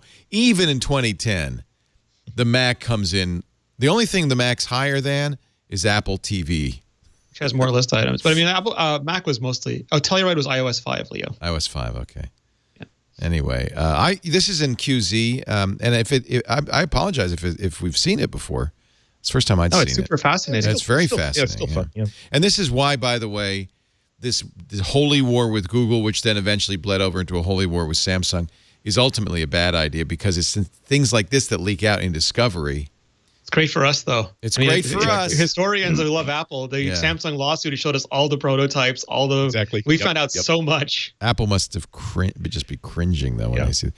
I keep saying it wouldn't be... I hope that even if Apple's not showing off prototypes of undeveloped and of unreleased products, I hope that there is like an oral history project internally. I hope there's a building or an office inside the new spaceship that is just for here is a copper-lined box you can go into in which you can say whatever you want about the history of this project, and it will be encrypted in such a way that will check the International Atomic System clock so that it absolutely cannot be decrypted by anybody until 30 years from now. Fabulous. Because we see Andy Hertzfeld's site that documents the history of the development of the Macintosh, and even there are no trade secrets anymore. But it's just fascinating to see the challenges that people have. I think all the people who are complaining about how Mac I can only get 7 pages in here, and I keep having to switch disks because there's only one floppy. They've in modern Twitter ease. They don't get it. They don't even care. It's like no, we were so tight on memory inside there that we had a long argument about whether the OS should support rounded rectangles because we didn't know if we had enough space for the code. Yeah, that's right. So please don't give us a hassle about 7-page limits. Are we still thinking that Apple's going to do a display? I'm thinking now with the way they're promoting this LG display that they have decided, this is their display. This is the display, right? Yeah. All right. They by the way, the price drop. Apple would never sell a cinema display, a 5K cinema display under $1,000, but that's what they're doing with the LG. That's one of the reasons Apple's not in this business anymore. How are they going to compete? Yeah, you're not going to make an Apple 5K monitor for $954. The logo alone costs you $500. Yeah. And they look good, right? I haven't got one yet, but they look different. Like the only thing I noticed is when you saw them next to the MacBook, the screen was matte. Yeah. So the reflection was sort of not glossy, but whatever it is the MacBooks really are. Like they're sort of like a sub-gloss surface, and these were matte. So they are P3, they are 4K and 5K, but from a distance they look different than the MacBooks. Yeah. Although a lot of people in general are begging for matte displays. So maybe that's the response. Should Apple try to steal Time Warner from under AT&T? There are some people saying they should, according to CNBC. People familiar with Alex the thinking Lindsay can run it. Yeah. People familiar with the thinking at the company say Apple's not interested. Current price $85.4 billion. Apple's concern, according to CNBC, is the regulatory issues of acquiring that big content company. This is from Squawk on the Street. I don't know. It's very tempting to think of Apple acquiring a big content company. Like giant Superman statue like in Disney Loop. It's just so tempting. But who's going to run it? What's going to be the purpose of it? How is it going to enhance Apple's whole portfolio? And even Google has decided to get out of the wired connectivity business. As happy as people have been with Google Fiber, Google has decided that there's just no, we just don't want to be involved in laying cable throughout and supporting physical infrastructure throughout the entire country. We can just figure out what exists about the infrastructure that we can address and we can fix and we can improve for ourselves, and we're going to do that. So I just don't know what it's the same problems as Apple selling a regular TV set, or same as Apple creating its own cable service. It's like, why would they want that kind of pain on themselves? Yeah, I mean, Sony bought Sony Studios. Yeah, right. So. Yeah, so, and you saw what happened. Any credence to the rumor? I'm going to call BS on the rumor that there's going to be a jet white iPhone. You think that'll happen? to follow I the jet wonder black. because the rumor is also that there won't be an iPhone SE update this spring, and I think the spring iPhone was more popular than Apple thought it would be. Yeah. So I wouldn't be surprised because again, as a product gets bigger and as you soak up the addressable market, you start to do things to try to increase that. And if 6 months later you have new colors, that's a very common marketing strategy in mature products. White's So I'd hard never to say do. never. White's hard to do well. Although the ceramic Apple Watch, I mean, if they made it as ceramic, I'd be really interested. But it would be pricey, I would guess.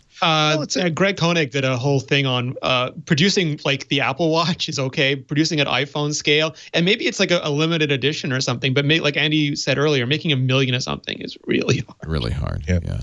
But it would be an interesting difference because the ceramic Apple Watch costs a multiple more than the friendly version of it. The iPhone already costs a lot of people $800 or $900. You can't charge $2,000. Well, no. I'm saying that a lot of those people, if you were to introduce them to a model that was dramatically different, Right. Like, and if you can you could charge, let's say, $200 more for it, and it's not just a color. It's I'd buy it is for a $200 ceramic. more. It's a ceramic. Yeah. Here's a shade of just offensively blue. Right. We're going to call it offensive blue. That is just hypnotic. You see it in the Apple store and you're like, that is It needs to be so more blue. beautiful. Yeah. How much more Sapphire. blue could this be?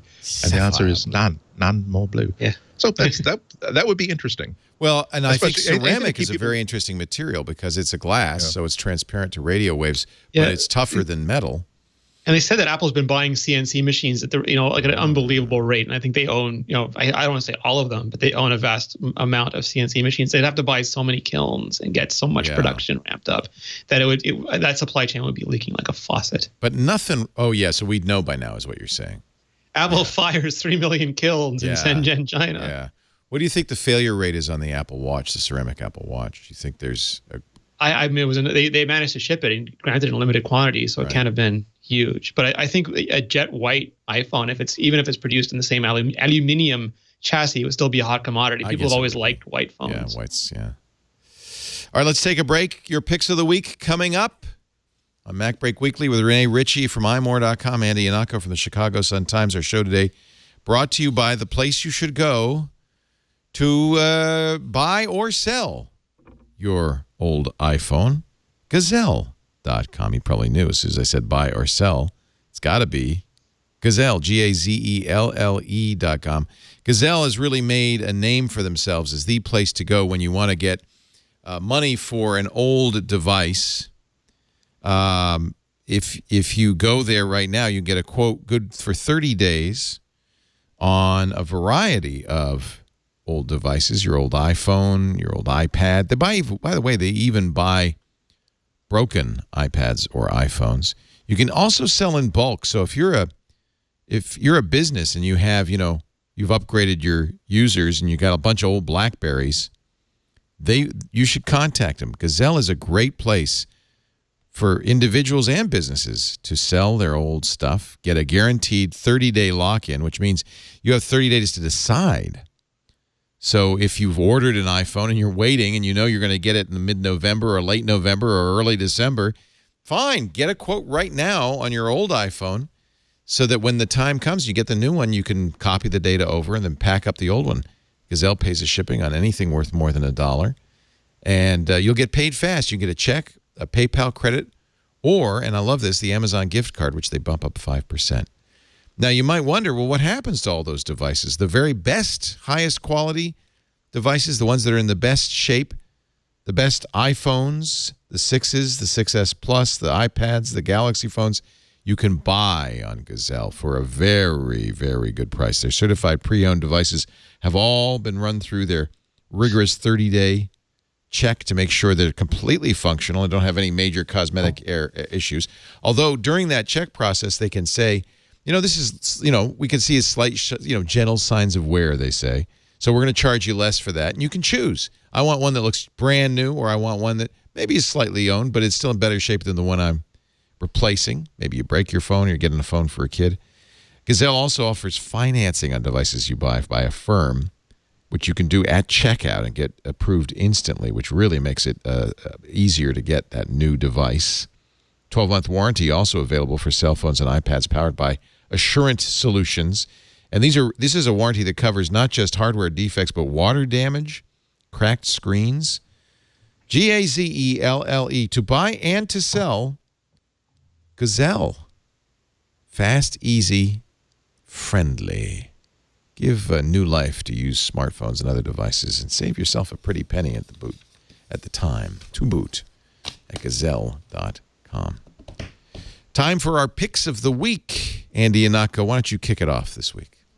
Mine is actually an oldie but a goodie. I've been using Snapseed a lot on the iPhone 7, and it's really become my favorite iOS photo editor. I love how it makes complex series of edits, what would be really, really kind of complicated to do in Lightroom or Photoshop, into just swipe left, swipe right. In a top-down scrolling list of effects it can do, and then just simply move your thumb to the left or the right to adjust the intensity of that effect. And yet it's doing an amazing amount of intelligence behind the scenes with not only just the basic filters, but also things like it being able to understand that, okay, there's a human face in this shot, so I'm going to, if he asks me to brighten things up, I'm going to treat the face differently than I do the background. It's not an app for doing lots and lots of wacky effects. It's an app for taking the picture that you shot and making it look like what you remember that scene looking like. And this is something that I is this your shot? Yeah, Holy I actually cow.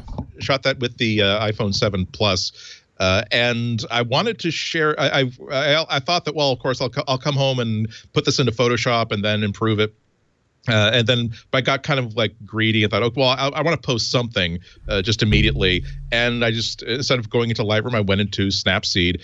And if you compared the original of that to what that looks like now, all the elements were there, but none of the color, none of the brightness is there, none of the liveliness. This is what I remember it looking like. This is not what the photo actually is.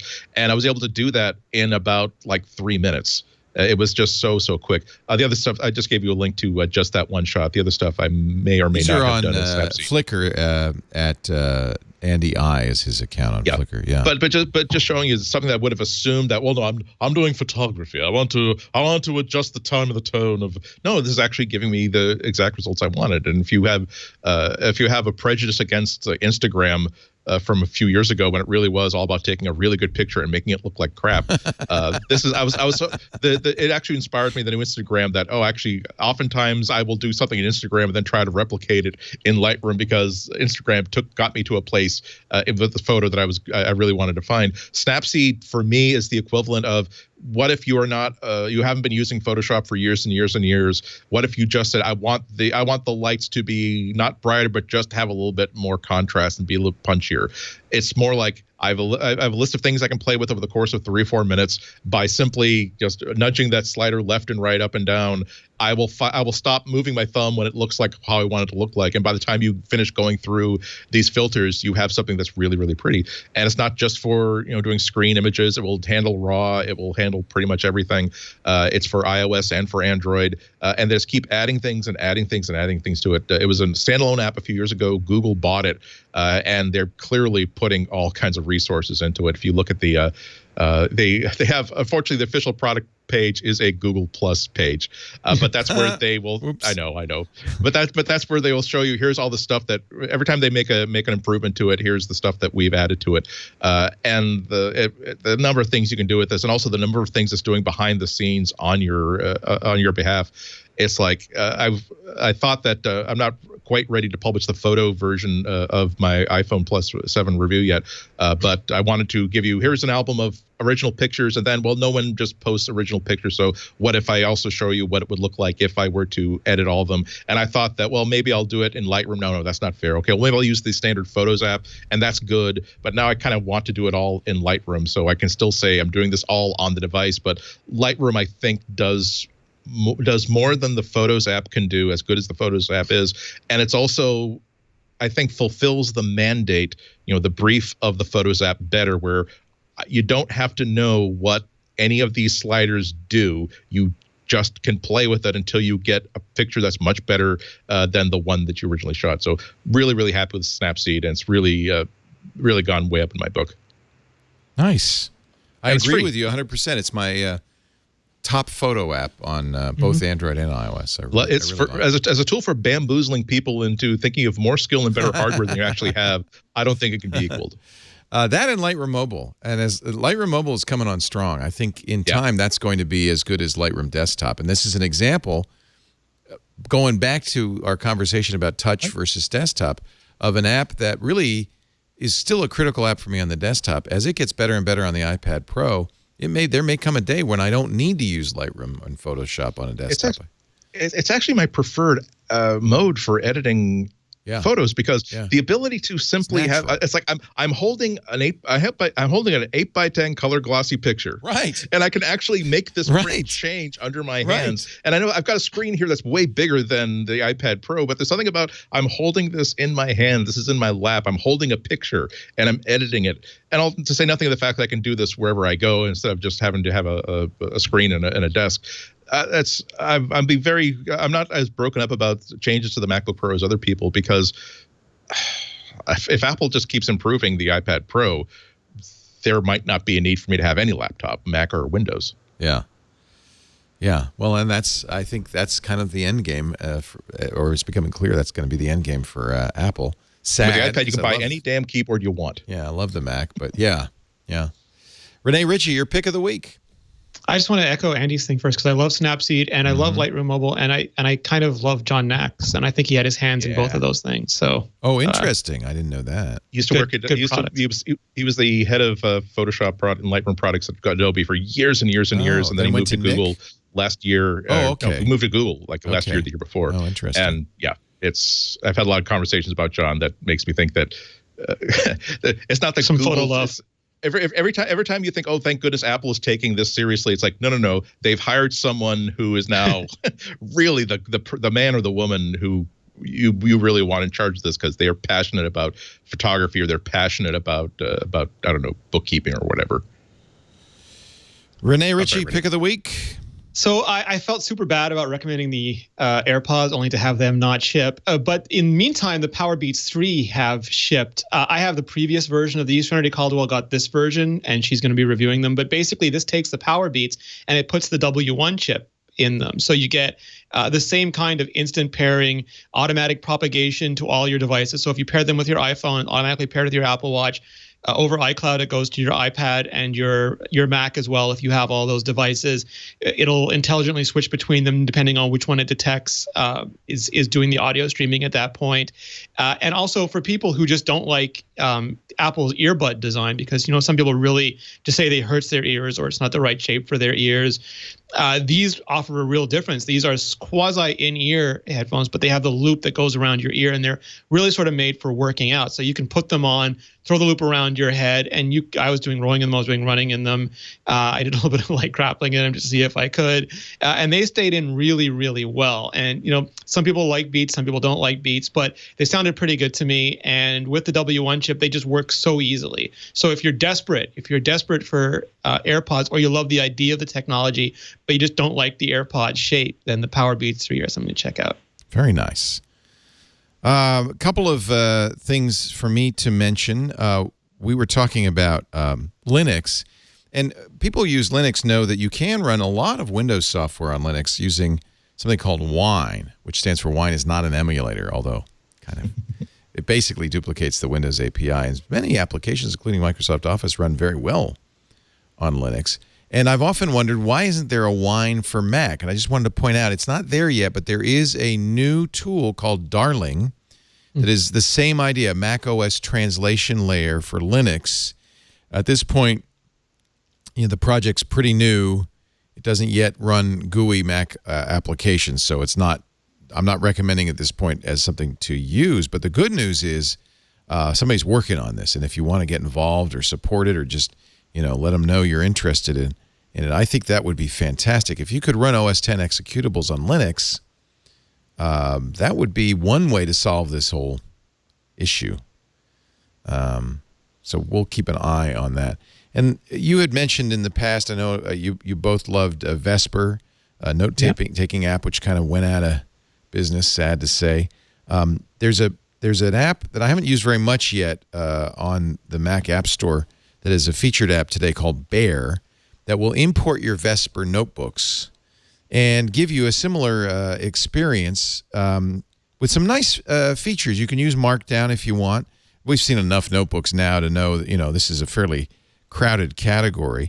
It's free, although with the Pro version, you can sync via CloudKit, so you can use it. It is available for iPad, iPhone, and Mac. And if you pay $15 a year, or I think $2 a month, you have the ability to do sync across all your platforms, export to JPEG and PDF and a variety of other formats. And then they have some nice themes that you can choose from. But there's a free 1-month trial or 1-week trial right now, and you can do a lot of this for free. But one of the things I love, I'm a big fan of wikis, and this has a kind of a wiki-like feature. If I type a hashtag, this is a tag, into a document and hit return, it'll show up over here. So it's a very easy way to organize your stuff and put tags in it so you can quickly jump to a particular part of the writing. They say it's for both prose and notes, and I think it looks pretty nice. Markdown support. It has limited font support, not all the fonts, not all the Mac fonts. I think it has a handful of fonts. Let's see here. I know it's here somewhere. I think Avenir is one of, Avenir, Next, System, Helvetica, New, and Menlo. So it's kind of the basic style fonts. I don't know if people are looking for a replacement for Vesper still, but if you are, at least this imports your Vesper files, which would certainly save you a lot of time. Have you guys tried Bear yet? I think it's pretty new. I got sucked into Apple Notes. Yeah. It was everywhere at the right Apple time. Notes is really good. It's actually, especially with the geofencing and things like that, they do a good job. Maybe you don't need something like this, but here's an option. But if you want Avenir, Apple will not give it to you, so you can go and get it from Bear. Yeah, there you go. I was always joking with Gruber that if they really want to support the app, all they have to do is a one-time in-app purchase, $999. You get that font and you alone. So you have the only copy of Avenir for Vesper, the only copy of Futura, and I think they have enough designery friends that they would have easily funded it. I like Avenir a lot. It's a sans serif, very nice, well-designed, pretty font. Ladies and gentlemen, we have come to the end of this fine episode. Election Day. I am going to offer you a break now so you can run out to the polls. And then we'll continue with Security Now in 1 minute. So quickly, go vote. Andy, I have. I'm sure Andy has, or is planning to, if he hasn't yet. And this is my I voted sticker. I voted for Cthulhu. Exactly. It's a write-in vote, but if you can spell it, you should get it. That's my point of view. Andy's at the Chicago Sun-Times and also blogs at CWOB. Does a lot.com. Does a lot of other podcasts on the 5x5 network. He does a Google podcast, Material, on replay. And, of course, joins us every Tuesday, and we're glad of it. Thank you, Andy. Relay FM, but thank you. Relay.fm. Let's say the whole thing. I can't remember if it's .tv or .fm, so good. Relay.fm. Thanks also to Renee Ritchie, who has his own series of podcasts, including the excellent Apple Talk. You'll find that at imore.com, along with his million-word-a-year writing. The guy is amazing, and joins us every Tuesday. Thank you, Renee. Wait, are you going to get to stay home for a little while now? All the travel's over? I think so. Yeah, you never know. I hope so. We'll see. Technology is interesting. Yeah. Don't forget CES coming up. Oh, yeah.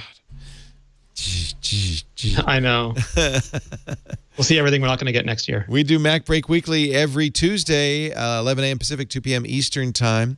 That's 1900 UTC. I hope you will join us live. Visit the chat room at irc.twit.tv. But if you can't, we can make on-demand versions available. Of course we can.